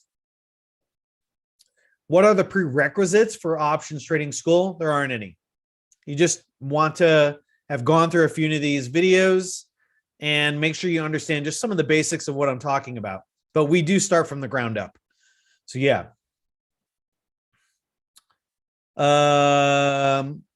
Very interesting. These trades will be copyable. I will join your chat room. I know there's gonna be some great trade opportunities in there. Okay, a few other questions from both YouTube and Zoom, and then I want to go into some live analysis. Hey, about. Chris. Oh yes, please. And that comment that you read, well, what you said before, that you're starting from the ground up, so important, so key, because there's so much like misinformation out there about options with, like, these YouTube kids, this TikTok, all this stuff where it's just like, what's popular, what's cool, this kind of stuff. So I think it's great because some people actually, it's not just about the learning, but you have to unlearn some things, right, Chris? Huge. You should bet that 99% of the people out there, whatever their learning process was, that while they learn some things right, they also learn some things wrong. And the problem is that unlearning is not the same as learning. Like if you're starting from day zero and you have two versions of you, you have version one of you who learns everything from the ground up in order structurally, and you're not learning bad habits, that version of you is going to learn more and go faster and farther than version two, who learns some good habits, but then some bad habits. Because biologically, to unlearn something, particularly a bad habit, you first actually need to extinguish that bad habit first. That means you have to unwire those circuits that are deeply intertwined and connected. You have to uncouple them so that they're not firing together and creating a circuit that creates a behavior, which is a bad habit. So you first have to undo that. And biologically, that's not done in a day. That could take weeks, maybe a few months. That's why unlearning bad habits takes time. But then once you've unlearned them, then you got to relearn it. You got to learn the habit the right way. And that takes time. Yeah, And so that's a deeper note. Like, I was talking about like people, for example, learning like incorrect information, but yes, you took it to an even deeper level, which is true. The bad habits of the community you surround yourself with, because it's true, like if you surround yourself, with a community of YOLOers, then like, what do you expect, So it's that kind of, yeah, I get it. Yeah. And don't get me wrong, those communities have a function and purpose, but if you don't understand their function and purpose and you try and use that community for something more than it's intended for, then you're going to get bad results out of it. And so those communities, in my opinion, are for introducing people to the world of options and for making people feel like they belong to a part of a community so it's not lonely. But the problem is that's about as far as it goes. And that's limited. And to me, that's only useful up to a certain point, And so after a certain point, you have to take things to the next level. Otherwise, you're just going to keep repeating the same mistakes over and over again. Until you learn new habits, the right habits, and get feedback from a mentor, how do you know what you're learning is good or bad? If it's just you learning the habits by yourself in a community with no real feedback, then other than your own ideas and thoughts, you have no idea what you're learning is good or bad. But with a mentor, you can get that feedback. With, a community of traders, you can get that feedback because we're all learning the same thing. And so, that's what my job is. Traders come to me all the time and they're like, hey, this is where I'm at. This is what I'm doing. This is my skill level. And because I've worked with now thousands of traders over almost 2 decades, like a decade and a half, I've seen every type of trader there is. I've seen the patterns and the mindset and the learning and the skills and things like that to pretty much know within 5 or 10 minutes of the feedback that you give me what you see in the market and what you don't see. That's why I ask my students, I'm like, hey, you have a trade idea. Instead of saying, hey, Chris, what's a trade idea on this stock? I will say, what do you think is a trade idea in that stock? Because the difference in that is that if you just come to me and say, hey, Chris, I want a trade idea in NEO. Please give me a trade idea. You learn nothing. And you don't challenge yourself to present to me what you know. And so I say, okay, you want a trade idea in NEO? You give me the symbol, give me a time frame that you want to analyze it, because the trade idea in NEO may be long-term and you're looking short-term, or maybe it's short-term and you're looking long-term. So I say, give me the time frame, and then give me a 1 sentence description, bullish or bearish, and why. And then when they give me that description, they are showing me what they see in the market. They'll say, hey, I like this level because of this. I've seen this in the price action. I like this option for that, this strategy for that. And by telling me that information, I can immediately map it and see like, okay, what are they seeing in the charts? What are they seeing in the options? And what are they not seeing? That all comes to me in seconds just by presenting that information. Now, when I know what information they see and don't see, now I can give feedback that's tailored specifically to them. That's how I teach. And so it's called active learning, not passive learning. Passive learning is, hey, Chris, I want a trade idea. Nia, please give me a trade idea. It's passive. You learn nothing because you don't learn the skills. You don't force yourself to present what you know and don't know. And you also don't give me any information about what you know and don't know. But when you present that information to me as a trade idea, now I can see what you're seeing and I can see what you're missing. And I give that feedback every single day to my students. And so, you got a trade idea, give me those pieces of information and I will show you what you're seeing and what you're missing.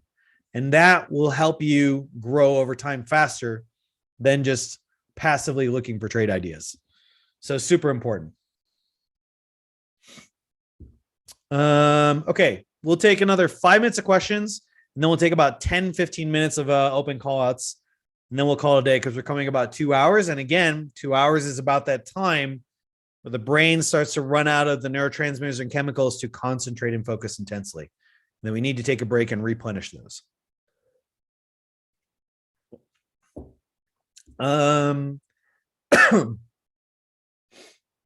Thinkorswim is great. Just take some time to learn it. I agree. I love Thinkorswim. Is this something I can listen to on my phone while I'm working? Yes. It's a very information-rich platform if you learn how to use it correctly. Okay, cool. Thinkorswim is confusing. Is a confusing platform. I don't find it to be. Maybe the learning curve in the beginning is a little challenging, but after a while, you won't find it that way. And they have a ton of videos on how to understand it. Give it a week or two and then see if you still feel the same. Are there free platforms to practice options trading? Yes, there are many brokerages that provide free demo accounts for like 30 days. Yes, Thinkorswim is one of them. I think Tastyworks does as well. You have to find out which brokers work for your country you're in. Can we get a look at the Discord or Benzinga chat to get an idea of what we'd be buying into? That would be something Rodrigo can show you. But yeah, will you send the course syllabus out on email? That's a good question. Rodrigo, hopefully you've answered that. Christian Fraser, don't know if it's been asked, but I work during the day. Will I be able to watch the recordings of whatever is taught? Yes, everything is recorded and made available for members. Okay, I've covered YouTube. Let me go into Zoom real quick, and then we'll do some open Q&A. We covered the course content. We've gone over the syllabus. Are those times Monday through Thursday, Eastern or Pacific? Yes, they're Eastern. Yes. How does the option put call ratio affect stock pricing on expiry date? It would only affect it if traders are making decisions on it. There isn't a reflexivity of it. The put call ratio is really just saying, look, here's how the flows have been playing throughout the day. But other than the traders who make trades based upon that, which I got to be honest, if you're a sophisticated option trader, you're probably not making a trade only based upon put call ratios. Put call ratio is just a measure of how the puts and calls have been building up over that session or over time. But it's not necessarily, that doesn't tell you positioning, where the strikes are lined up. It doesn't tell you open interest. It doesn't give you anything about dealer hedging. It's just kind of like saying, hey, the weather today is a little bit windy and it'll be warm at this temperature. But that doesn't necessarily tell you, like if you think about it, if I know that there's a 10 or 15 mile per hour wind there, but I don't know the temperature, that doesn't really tell me how I need to dress. It just needs to know that I need to brace for 10 to 15 miles an hour wind. So it's just a weather metric in and of itself. It's not the whole picture of weather itself. So yeah, hopefully I answered your question. I'll True Shield 24. If the class starts in January and you sign up today, when does the membership time start? That's a good question. I'm pretty sure the year membership starts from January 10th, because that's when the class starts. But I think Rodrigo, you can answer that. Do you monitor short ratio when researching? Do you mean short interest, Robert Polinchuk? So let me know in the chat. What's the profit percentage you recommend to get out before option go in either direction? I don't buy into that theory. I know certain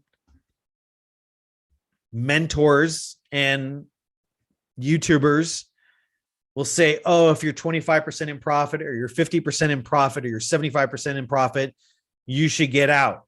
And my response to that is, I think it's a BS way to trade. And the reason being is because the market doesn't care about your option trade and whether you're up 25 or 50 or 75%, or whether you're down 25 or 50 or 75%. That is a mechanical way to trade. It's purely, that's like an algorithmic quant type trader. And I don't buy that because the market doesn't really care. If you're up 50% and somebody's saying, hey, you're up 50%, you should close your option position because statistically it means this. Well, that's good if you don't know how to read the market. But we're teaching you how to read the market. And if the market's screaming, hey, we're going to keep going, we're going to keep ripping, why cut yourself off at 50%? It doesn't make any sense. The markets don't care. The institutions don't care whether you're up 25, 50, or 75%. If they're going to keep going, they're going to keep going. And if they're going to reverse, they're going to reverse. That's what you should be caring about.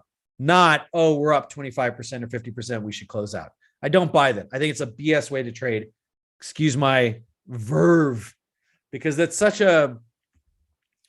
a lot of narrative out there that you should be trading. Oh, I'm up 75% of this and that, and I don't think that's a healthy way to do it, because if you do that, you're going to be cutting yourself out of trades that are going to keep ripping and miss that extra 50% or 25% of profit. And maybe that doesn't mean that much this one time, but over 100 trades or 1,000 trades, that adds up. So your job is to first manage risk. Once you manage risk, extract as much money out of the market as you can for the amount of time that you're in the market. And anytime you're doing that less than you could be, you're leaving money on the table. As the course moves through the 2-week cycles, are the live sessions always taught during the day or sometime in the evening? The hours are fixed. Yeah. That schedule is very fixed. Yeah. What are the best trading platforms to follow and or possibly participate in these market trends? Any platform that it has the features and the functionality and has a user interface that you like working with, that's the best. Me personally, I love Thinkorswim. Is this scheduled for every week? Yes. Did I say the membership starts on January 10th, 2022? Yes. What's the account size needed to rock with the course? Obviously, the more you have, the better, but you could do this with $1,000 account. It's not so much about that. It's more of about, do you have enough to participate and practice options? Once you have that and you can practice your skills, then you can start extracting more out of the market, and then you have a bigger account size to work with. Really quick, Chris, about the question about the subscription. I know it came up a couple of times. So the school will start on January 10th. However, you can join from today with the early bird special that we have. The classes themselves, they start on January 10th. But as far as like your subscription on when it will renew, that would be on the day that you sign up, pretty much. Okay. Thank you for that, Rodrigo. I appreciate that. Bobby he's repeating his individual stock questions. We'll get to that in 5 minutes. Should I quit my job? I want to become a big trader. Okay, that's a question that you have to answer, but here's my general advice to students who ask me that. Trading is a skill that takes time to learn, and it's not just one skill, it's many skills. And it's mindsets and it's habits that you have to build over time. And just think about what it takes to biologically build that in your brain. And so with that being said, people who tend to have no income while trying to learn trading tend to put a lot of psychological pressure on themselves, because unless you have a massive amount of savings for 1 to 3 years to where you can live off your savings and still have the same lifestyle you have with no income coming in, if you're not in that situation, financial pressures are a real thing. They affect us psychologically. And so why add unnecessary pressure to yourself when you don't have to? So I recommend have a stable job that will provide you a stable income so you don't have to dedicate psychological capital to worrying about your money and making your money today. My recommendation is keep a job, keep a stable income, have stability in your life. It's far easier to learn things when you have stability than versus instability. So take care of those core things. And then with the extra time you have, then learn to trade. So that's my recommendation. Sean's saying on average, it takes 22 days to break a habit. I don't agree with that. And the neurobiology doesn't support that. It's like a pop psychology way of doing it. If you understand how the brain wires in circuits and how long that takes, each habit takes a different level of neurological complexity to it. Some habits are very easy. Some habits are harder. So the whole on average is just really a pop psychology way of understanding it. I can tell you from someone who has a degree in neuroscience and who's going for his PhD in neurobiology, that's not accurate. Because really, when you're talking about habits, you're not just talking about if it's a physical skill. Yeah, there's a lot of physical things going on. You need to build the muscle memory, which isn't actually an accurate way to describe it. There's no memory in your muscle. That's actually nervous system memory of how to use those muscles. A bicep by itself doesn't remember outside of the nervous system, so it's not accurate. But what you are talking about is your brain and your nervous system. And that is, there's no fixed answer for that because nobody's ever tested all the habits. Some habits are really easy and some are hard. So it's not totally accurate, but you just understand anytime you're building a habit, you have to wire it into your brain. And if it's a physical habit, into your body. And those two take time to build. I went to the link and all I get is a bunch of different classes, but none Benzinga. Rodrigo will help you with that. Do I teach after hours? If I have free time, yes, but I, myself trade. I have my own things. And so I will be available during my class times and office hours. Outside of that, it will just be dependent upon what my day schedule is like. How often do you start this program over from the starting point? Every 2 weeks it starts over. As far as I'm aware, you can trade options after market. And I work a full-time job. How useful would the course be for someone like me? You should be swing trading options then. You should be setting limit orders. You should be looking at higher time frames. You shouldn't be looking at day trading options. You should be looking at, time frames of like 1 hour, 4 hour, daily, weekly. And you should be looking at longer time frames. So you'd have to skip day trading completely, which is fine. You trade with whatever is available to you. What's the average brokerage account value of your students? I have no idea. I don't keep that information. That's their business. And there's no way for me to collect that unless they share that. And, I don't ask them to share that. So I have no idea. Sorry, short ratio. So you're looking at short interest. I'm not too concerned about short interest as like an everyday thing. I am much more concerned about, because short interest really only is really communicating potential energy. It's not kinetic. And there's a difference between potential and kinetic. Potential is something that could manifest, but it may not. Kinetic is what is actually manifesting in the markets. And that's what the order flow positioning, as it changes day by day, is what's most important to me. So yeah.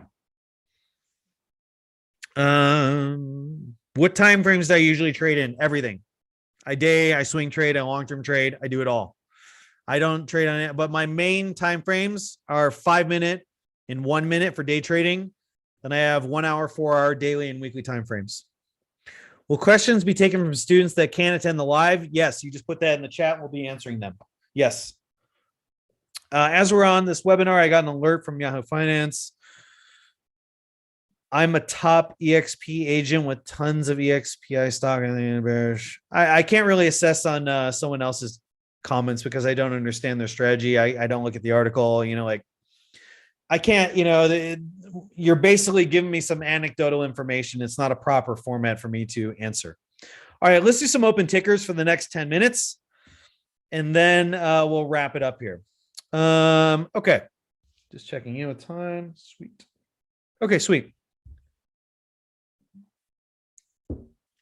Let's start off with YouTube and then we'll look at the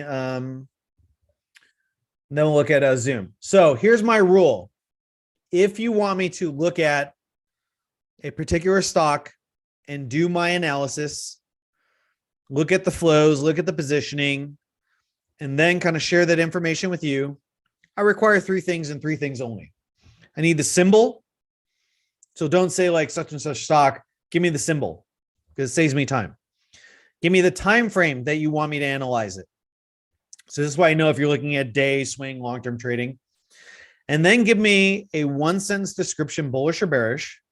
If you have an actual trade idea that you were thinking yourself, hey, I want to buy this stock at this level or sell at this level, or I'm thinking this option or this and this and that, include that as well. If you don't give that information, I won't look at your ticker. So that's it. Hey, Chris, do you want to share your screen? Yeah. Let's do it. Yep. I thought you had already done that. I just noticed we were still looking at the syllabus there. No, it's okay. So my bad. Right. Thank you for reminding me. Doc Trades, good name. Neo short, mid-20s, long target before earnings, 34, 36. So give me a time frame, Doc Trades. I need a time frame. That's the last thing you need.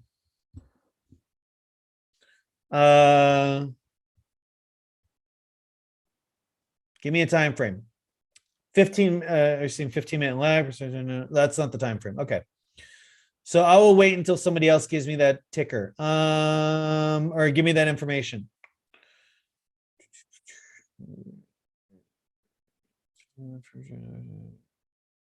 Okay. While I'm waiting for Doc to do that, let's go with the Zoom chat.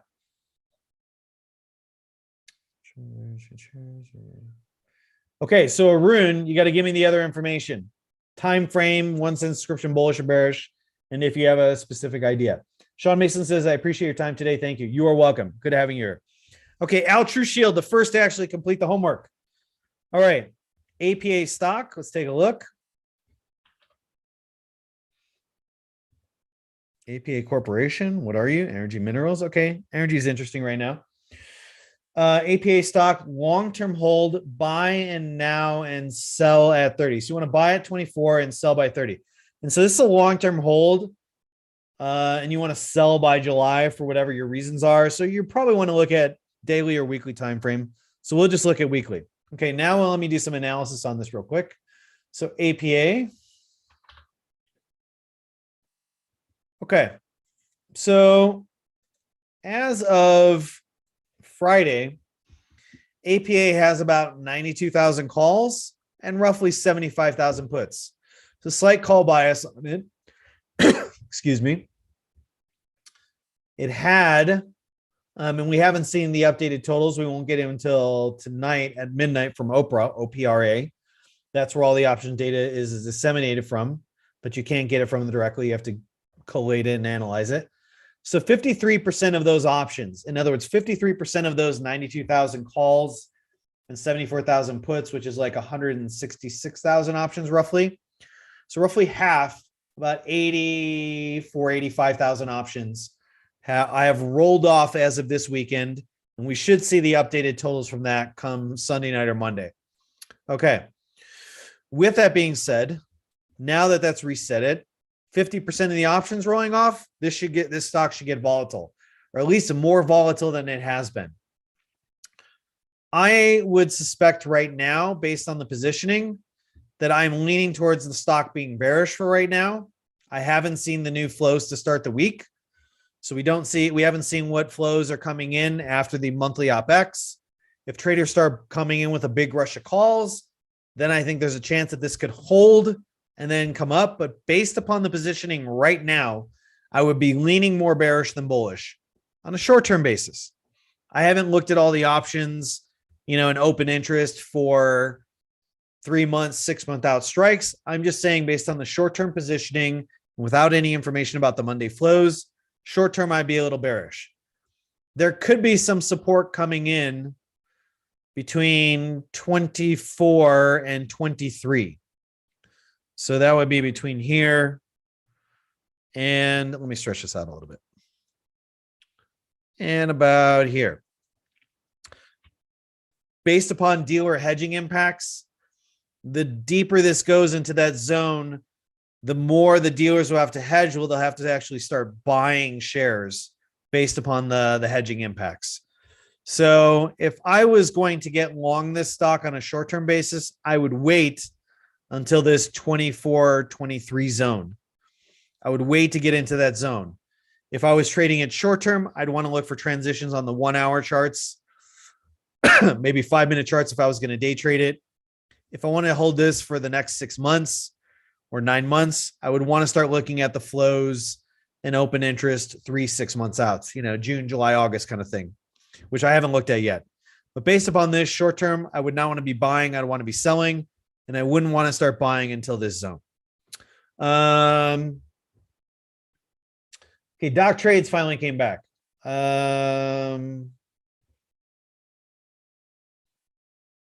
Neo ticker 1 hour and daily. Okay, we'll just pick one of those. Looking at divergence, always charting from the week. Okay, let's take a look at Neo. Neo has been, a stock that's had a lot of volumes in it, has high options volume. Okay, so Neo. By the way, you guys can see my charts, right? Yes? Put a 1 in the chat if you can see the charts. Sweet. Okay. Okay, Neo. Let's take a look. So Neo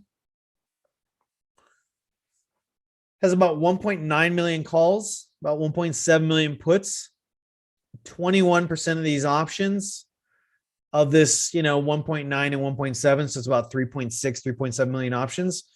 Doesn't actually expire until the monthly January monthly OPEX. That's the 21st of January. So after today or after this week's expiry, it looks like a lot of the short term is flushed out. The biggest amount of options in terms of expiries is not till a month out. So there's not a lot of short-term options in Neo that you really have to worry about right now. So with that being said, I feel like Neo is coming into a support zone. I feel like short-term, it has support between 30 and 28.11. I think if it breaks this 28.11, let me expand that a little bit. I think if Neo breaks below this, then it will not start finding support until about 25. So if it starts to drift lower, lower, lower, and then we get a daily close below that, then I wouldn't consider rebuying Neo until about 25. Actually, yeah, around 25. So I would wait. I would skip the 28, 27, 26 to buy it. So it's coming into that. So in terms of 1 month expiry, that's like short to medium term, so based upon that, if we're looking 1 month out, it's starting to come into a support zone. However, if you get that daily close below that, I would be out and I wouldn't consider rebuying Neo until 25. You can do paper options trading on Webull. That's good. Glad to hear it. Thank you for sharing that. Okay. Jigglypuff Doc. Love the names. Digital Turbine Apps. Monthly bullish, long call out 2 months, breakout of 55, reversal coming. Let's take a look.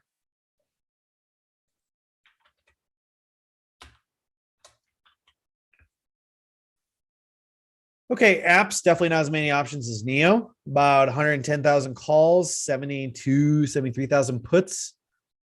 Wow, there's a lot of options that just rolled off. About 37% of the options. So of that 185,000 options, about 38, 39% just rolled off. So about a little over a third. You should expect some volatility in apps this week coming up. Let's see. What are you looking at here? Was bullish long call out for 2 months. Breakout of 55 reversal covering. Short term, I think apps is supported at these levels. I think apps has support between 50 and 45. So on a short-term basis for the next 1, 2, 3, 4 weeks, I think this zone is supported. We're also seeing some of this support in the price action. Let's see if I can zoom into a different time frame. Okay, we're seeing some transitions, and we're seeing solid buying interest come off this zone again. So we have penetrate past 50, impulsive selling, exhaustion after that, reprobes for liquidity, and then buys up. So around this area, dealers and option traders are buying. They're buying apps. The market pulls back a little bit, but it takes longer to pull back than it did to rise up. That's strong. You want things to be able to go up fast and then come down slow. That means that the selling pressure takes longer and the buying pressure is fast. Good sign of a transition.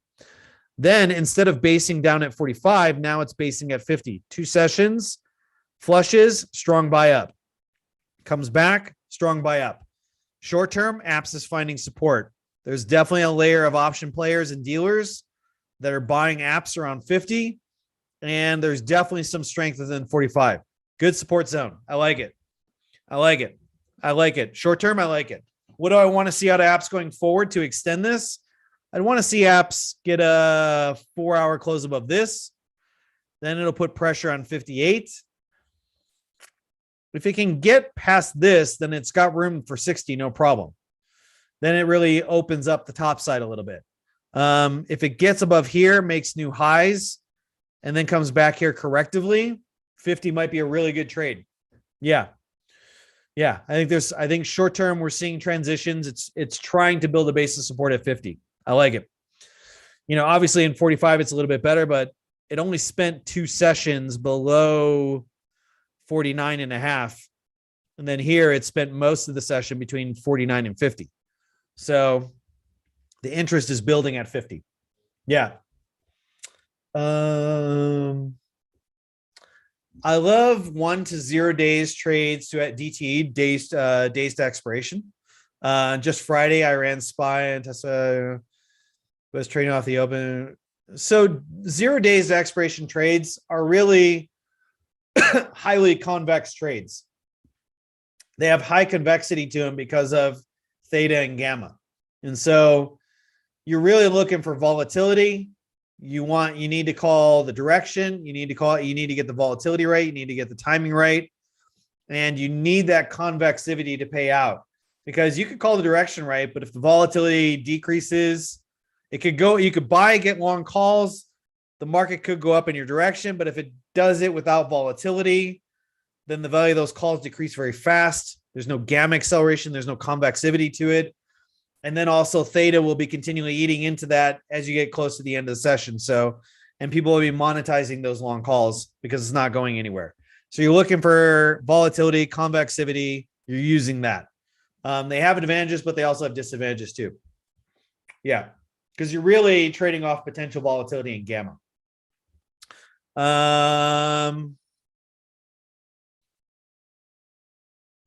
Tony Rosas. So if you want a ticker, you got to give me the instrument, the time frame, 1 cent subscription, bullish or bearish. Okay, Dave Bloomberg. Let's take a look. RKLB swing bullish, January 15th, 15C. I don't know if you're talking about 15 calls or you're talking about 15. So let's take a look. RKLB. I've never looked at this one. Rocket Lab. Okay.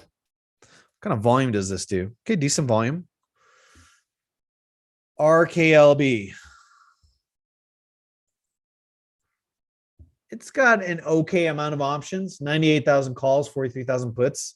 It's what I'd call the mild range. Anything above 100,000 is mild. 100,000 to 500,000 is mild. 500,000 to 1 million is medium. And once you get 1 million, you have very robust options and data points. This is in the mild. 43% of the options have just rolled off. So of that 143,000 options, about almost half just rolled off. And since there's more calls than puts, some of that bullish flow is coming out of the markets. But what are you looking at on RKLB? So you're saying January 15C. I don't know if you're talking about the 15 calls. You're talking about 15-cent options. You could be meaning all kinds of things. It would help if you get 15 calls. Okay.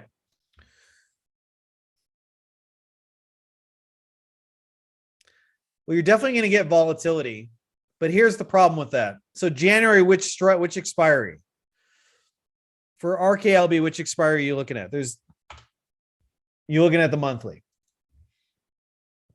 So you're looking at decent out of money calls, 23 deltas.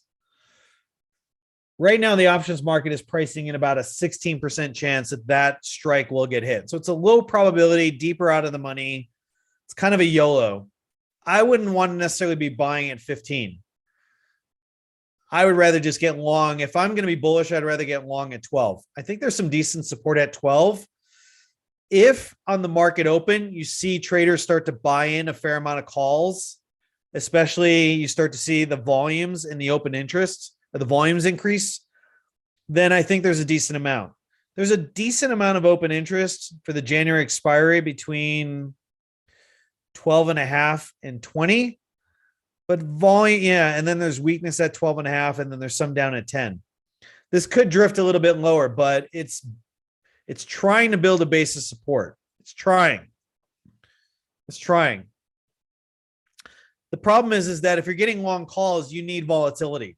You're going to get some of that volatility because of the options expiring off, but you're probably also going to lose some of that volatility because we're going into the holidays. So because of that, liquidity is going to come out of the markets. And if this thing doesn't get bought up in droves, then your long calls, you're eating theta every single day on the way to that January 21st expiry. So I think if you were going to do this, you're going to need to see a boatload of calls, but I don't like eating all that theta. So I'd rather do a bull call spread. So buy, 12s, 11s, or 10s, and then sell 15s to help reduce some of the costs of that. And also then you have some of the theta working for you. So I would rather do a bull call spread than just long calls. Yeah. That's my thoughts on it. I think a decent amount of put gamma is rolling off on PayPal this last Friday. Keeping an eye out for opportunities. Pick a time frame. 1 cent. I got your 1 cent subscription. Pick your time frame and a price. Roblox. Okay, let's take a look. And then I'll get to, because nobody's okay. Chinasa has one on Apple. We'll take a look at that next. Roblox, hot stock lately. A lot of flows. Lots of flows coming in and out of Roblox. We'll do 3 more call outs and then I'll call it a day because we're already 2 hours, 15 minutes in. How many of the options just rolled off? 43%. Roblox had 315,000 calls, 215,000 puts. 43% of that just rolled off. It's a lot. It's almost half.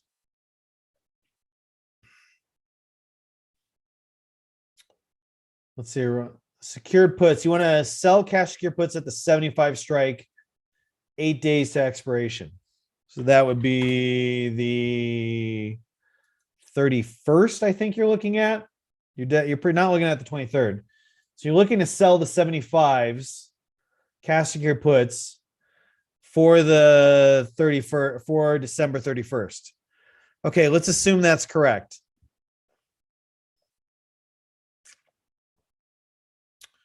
Yeah, I look at 75 and I see a lot of hedging impacts at that level. I see support starting to come in the low 80s. And the lower it goes, the more dealers will actually unwind their short hedges and actually start to buy some Roblox position at that point.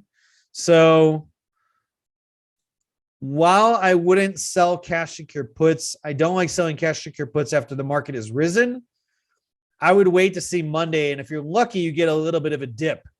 And if we get a corrected dip or even an impulsive dip, then I would wait till we get down into this support area, and then I would sell them. That would charge those puts a little bit more. It would increase their value, and therefore you get more premium out of it. So I like the idea. You just want to see a little bit more to that before you get into that. But I like the idea. Okay, we'll do Apple, Roku, and then we'll do Trajectile, and then we'll call it a sesh. All right, Apple. One of the biggest option stocks out there. Pretty much in every hedge fund, mutual funds portfolio, about 5.4 million calls, 4.1 million puts, which is good. It reduced some of that put interest. It had some put interest to end the week. Part of the reason why it went down. 20% of the options are rolling off, but not till the January OPEX. So there's no short-term pressures right now in Apple. Before, when Apple was doing this, there was a lot of short-term options. A lot of those short-term options have now exited the market on that. So there's a lot less short-term, and it's more monthly OPEX. I think short-term Apple still has a little bit of resistance. I think all the way up to 183. If it can get a daily close above 183, that resistance melts away. It should have more room to run. What are you thinking on this one here? Call for the 12/23 expiring date. What do you think? Depends on what the calls are. I need a little bit more details, Chinasa. So give me a little bit more. I don't know if you're thinking at the money, out of the money. I don't know what you're thinking on that. So I need a little bit more details. I got the expiry. That helps. Yeah. Let me take a look at what's going on. Where would I want to get long calls on Apple? If 170 fails, in other words, this probe into 169, if 170 fails, if we get an hourly close below 169 or 4-hour close below 169, then I wouldn't want to get long Apple calls until about 160. And I would have tight stops on that. So if Apple went from 160 to 158, then I would probably close out those long calls, and then I wouldn't reset till 150. So you can see I have several alerts here, and here. The deeper we get into 160, the better long calls look. Yeah. So I don't know what specifically you're looking at. You're looking at 172, 177. Yeah, I wouldn't want to be getting long. We don't have a whole lot of volatility pressures. We have liquidity pressures on Apple right now because liquidity will decline next week. So being long calls means you're long gamma, you're long volatility. You need volatility to be gangbusters right off the bat. If you're not getting that, you're losing theta every single day. You're losing premium via IV going down. I would rather do a bull call spread. And if you're going to do a bull call spread, I'd rather do 170s, maybe 175s, 177.5s. But if Apple got below 169, then I would just close it out, take the minor loss in that, and then reset at 160. Yeah. Okay, so that's Apple. Let's look at Roku real quick. He just wants call and put volume. That will be easy. And then the last call of the day will be by Mr. Trajectile. All right, Roku. You get about 317,000 calls on Roku and 266,000 puts with a huge chunk of options that just rolled off. So you should see an increase in volatility in Roku. Yeah. And then last one of the day, and then we got two questions in the Q&A here. In the future, Ali, Hamza, and Amar Laksani, ask questions in the chat so I can just look in chat. Trajectile bullish. Thoughts on selling out of the money put spreads? So you're basically doing a bull put spread. 0 to 1 days expiration on SPX. Problem with that is that, yeah, I mean, it depends on what your strikes are. So what are you looking at? It's like out of the money put spreads. 0 to 1 days expiration on SPX when the VIX is below 20. I wouldn't necessarily make a trade on SPX just based upon VIX. In real time, you want to be watching that, but it wouldn't be like, oh, VIX is below 20. So, SPX has the all clear. It's more of a reflexive flow. People are buying or selling VIX. That will create kind of this reflexive move in SPX, but you have enough positioning on the SPX to do that by itself. So with that being said, it's servicing contracts.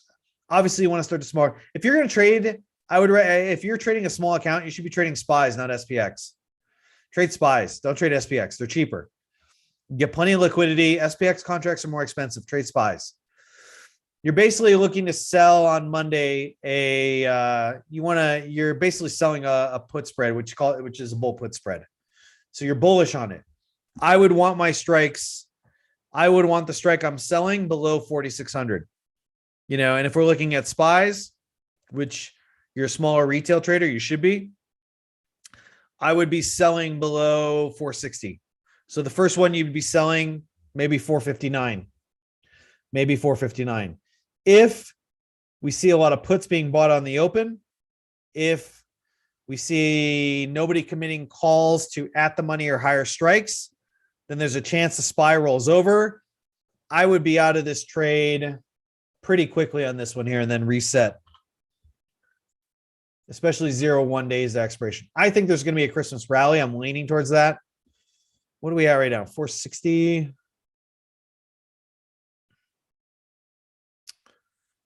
I would probably either sell the 460s or sell the 459s. And then if we have a 4-hour close below this low here at 458, I cut the trade. Yeah, I wouldn't sit for the full loss, because then that would tell me that nobody's committing calls to at the money or higher strikes. There's short-term bearish protection. The volatility could kick you out of this. And so that creates certain problems, because if the volatility increases, they're going to increase more for the strikes that you're selling, because you're going to be selling puts. Like, let's say you're selling the 458s puts, and then let's say you're buying the 455s. If volatility increases, it's going to increase more for this one than it will for these. So you're more vulnerable that way. Yeah. And so, 0-1 day to expiration. Yeah, I would have very short leash on that. And I wouldn't do that right on the open. I would give it 10 to 15 minutes if you're going to do that. Okay, we've covered all the tickers. My phone went dead when you went to look at my two. You have to watch the recording on that. Last two questions, and then we'll and then we'll call it a sesh. Ali Hamza, does the financial banks affect the stock and the option prices? Sure, they have positions in the markets, but again, you're not going to know whether an individual bank really, unless it's announced, unless it's revealed by some sort of reporting. So it's far better to understand positioning, open interest, dealer gamma and positioning than worrying about one particular financial bank. It's not worth your worry about it. Yes, banks are players in the markets. They affect flows. They'll have an impact, but you're better off looking at overall positioning and then looking at that. Amar Lakasani is asking, is there any options for crypto? Yeah, they're starting to get options for crypto. But I don't know about that or how regulated it is or who's doing it yet or anything like that. But I suspect, that's going to be something that grows in time for sure. Yeah. So hopefully I answer your question. Okay. I'm going to call it a sesh. We're a little bit long. Wanted to go for 2 hours. We've done 2.5. So, to recap all this, we've talked about the 5 core skills of it that you have to learn as an option trader, and that you have to learn in a particular order. That starts off with the foundation, which is understanding how options work, and then learning the building blocks of calls and puts. Once you got that down, really got it down, then you want to start moving into understanding the Greeks, because they affect the dynamics of the pricing of those calls and puts. And so that's super important. That takes time to learn. But then once you build that, then you want to start learning the strategies and how each strategy is really a different tool for the different types of potential environments you're going to be in.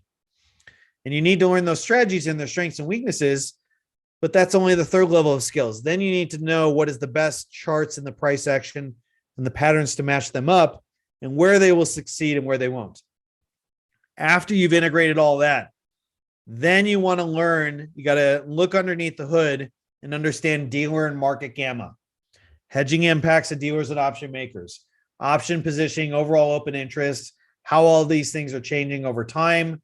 How do these flows, how does moneyness, how does volatility, how does time, how does price, all of these affect hedging flows from dealers and market makers. Those are the 5 core skills of options.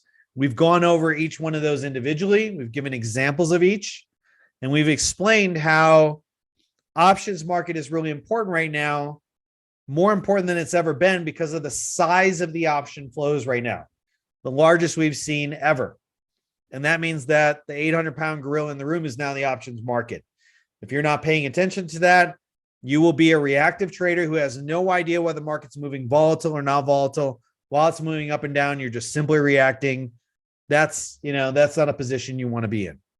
And so we are offering this Benzinga Option School to teach you how to understand what the market is doing, what's going on with the positioning, what's going on with these hedging impacts, and then how you can forecast and understand what's the most probable direction going forward based upon positioning and flows and how those mechanics and dynamics are playing themselves out. That's what we teach in the option school. So I hope you join that. I hope you get to be a part of that. Work with me, work with all the members of the community, the classes, the live examples, the trade ideas, the feedback, the mentoring. It's going to be awesome. And whoever you are when you come into that course will not be the same trader when you come out of that course. You will be a completely different trader, and you will understand the options market in a way that you do not right now. That there's just no way you will understand the options market the same after all that. You will be a completely different trader, and the market will start to make more sense after this course than it ever has before. And so that's the goal of this course and what we're going to be offering. So I hope to see you for that. Great words there, Chris. Number one, thank you for being here with us. I know that I appreciate it a lot. I know that the Benzinga community here as well, and all the members as well, because there are several members here of the option school already. So with that in mind, Chris, thanks for being here with us. Appreciate you as well, for everything you do here. I'm going to stay answering questions about the subscription. If you have any, stick around. But Chris, thanks a lot, man. Really, thank you for this. It was awesome. Great seeing you. Great questions from everybody, Zinger Nation, YouTube, and Zoom, and everybody. And I hope to be working with you Monday through Friday, every single day in the Benzinga Option School. I'll see you then. Take care, everyone. All right. That was Chris Capre, guys. I'm going to go ahead and share my screen here to show you the syllabus really quick. Okay, so these, for those of you that just joined in or trickled in, we just had an amazing session here with Chris Capre, 2 decades of experience in Wall Street, traded commodities, and many other things. So definitely great background when it comes to somebody that is going to be your educator, your instructor when it comes to options. And if you have questions, guys, about the subscription or what you'll be doing in the option school with Chris, put them on in the chat right now so we can go over them together.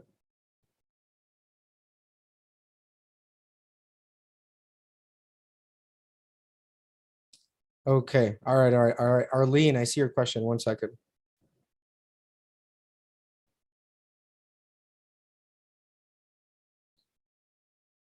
Okay, Arlene's asking do we offer monthly payments? So the subscription is for the full year. So we only offer a yearly. If you do need any accommodation, email me. We'll see what we can do.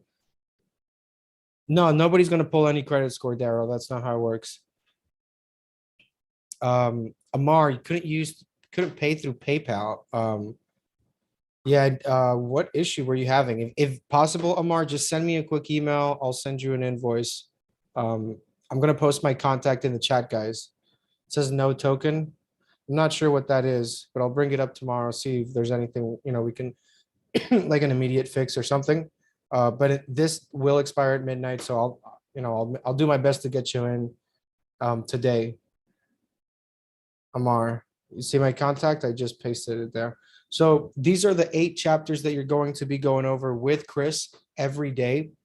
Like class 1 is Monday, 2, Thursday. So you see 4 chapters a week. And then on Friday, you have a full recap of all the lessons.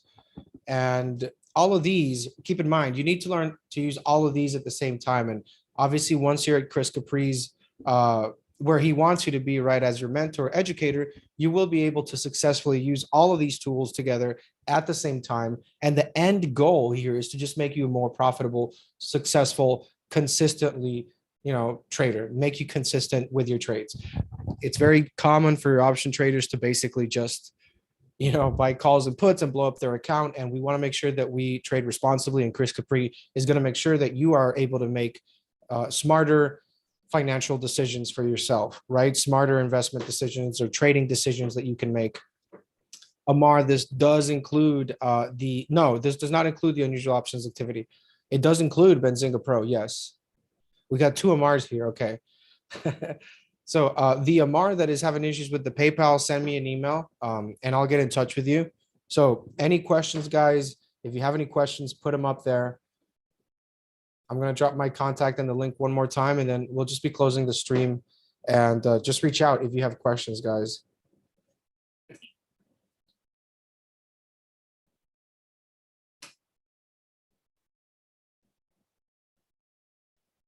This is the schedule of the time for those that are, not aware of the times. These are all Eastern. Monday 10 to 10:45, lesson lecture 10:45 to 12, lesson Q&A and current market examples. Then you have a break, and then you have from 3 to 4, right? So you have a break till 3, and then from 3 to 4, you have a lesson review and an open market discussion. Open market discussion is whatever you want it to be as well. If you have questions, Amar, I'm here. Obviously, I can't answer the phone right now, but I would call you as soon as we finish the session. No, you can send an email, Amar. Kelvin, you don't need to put a code into the payment, into the checkout page. It's already there for you. Should be $12.97. Regular price is $4,000. Now, also keep in mind, guys, this does come with Chris Capre's trading room. Okay. So, I mean, we didn't even include that like in the checkout as far as like how much you're saving there. Artie, okay, Jojo is asking, when does the class start? Jojo, the class will start January 10th. So January 10th, you will be able to start, well, the lessons start, the classes, like that's when you need to be like in class already. So the week prior, you're going to get some emails with the information on the logins and all that stuff. So yeah, January 10th, that's when the classes begin, right? Monday, Tuesday, 10 a.m., all that stuff. That's on January 10th. Freddie, you would get access to Benzinga Pro immediately. So if you guys sign up now, you get access to Pro immediately, not until January 10th. So your subscription starts today, and the classes will begin in January 10th. However, it will not be priced at the same price you're seeing right now.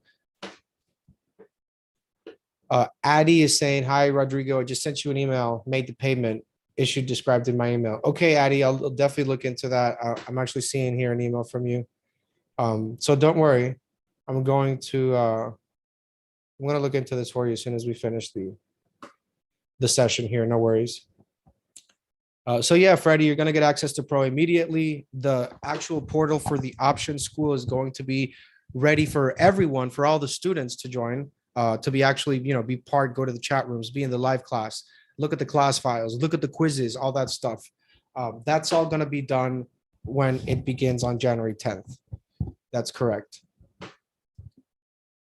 So Arlene, all right, guys. So if anybody here is a Benzinga Trading School member with Mark Petrino, you get like an insane discount. I don't even know why we have it, but basically instead of $12.97, you just pay $6.97. So Arlene, that's for you there. Yeah. I mean, it's on Sunday, MR, so okay, Freddie. Yeah, so it takes you. So if you do want to add the trading school, you can go ahead and add it, Freddie. So like once you go on the checkout, it's gonna say if you want to add the Benzinga trading school. If you don't want to add it, you don't need to add it. That's just in case you want it, because it does give you that additional discount. Pretty much. Freddie, no, you're good. You're good, Addie, Freddie. I'm gonna put my contact there because I feel you guys might have some more questions later, or throughout the day. Let me know if you have any other issues or anything like that. Trajectile, how many people usually in these classes? How many people are, all right, I get what you're saying. So the class was launched Tuesday, this past Tuesday. So you guys are the first cohort. You guys are the first um, group of people that are coming in at the special price of $12.97. Freddie, the classes won't clash. That, yeah, we obviously have that in mind. But I mean, it's really like, you're a true student, like you have classes at 7, then you have this at 10, and like that's really how it should be, so so I'm glad that this is all happening. So Trajectile, how many people are using Benzinga? The option school, we just started it on Tuesday. So obviously, you guys are the first group of people. Freddie, copy. I'm also using trading school, Benzinga trading school. Looks like the hours don't clash. It's exactly right, Freddie. Arlene, can you send me an email so I can go ahead and send that to you? I'll send you the invoice for the if you're already a trading school member, you get the option school for $6.97 instead of $12.97. If you want to get both, I can work something out for you as well.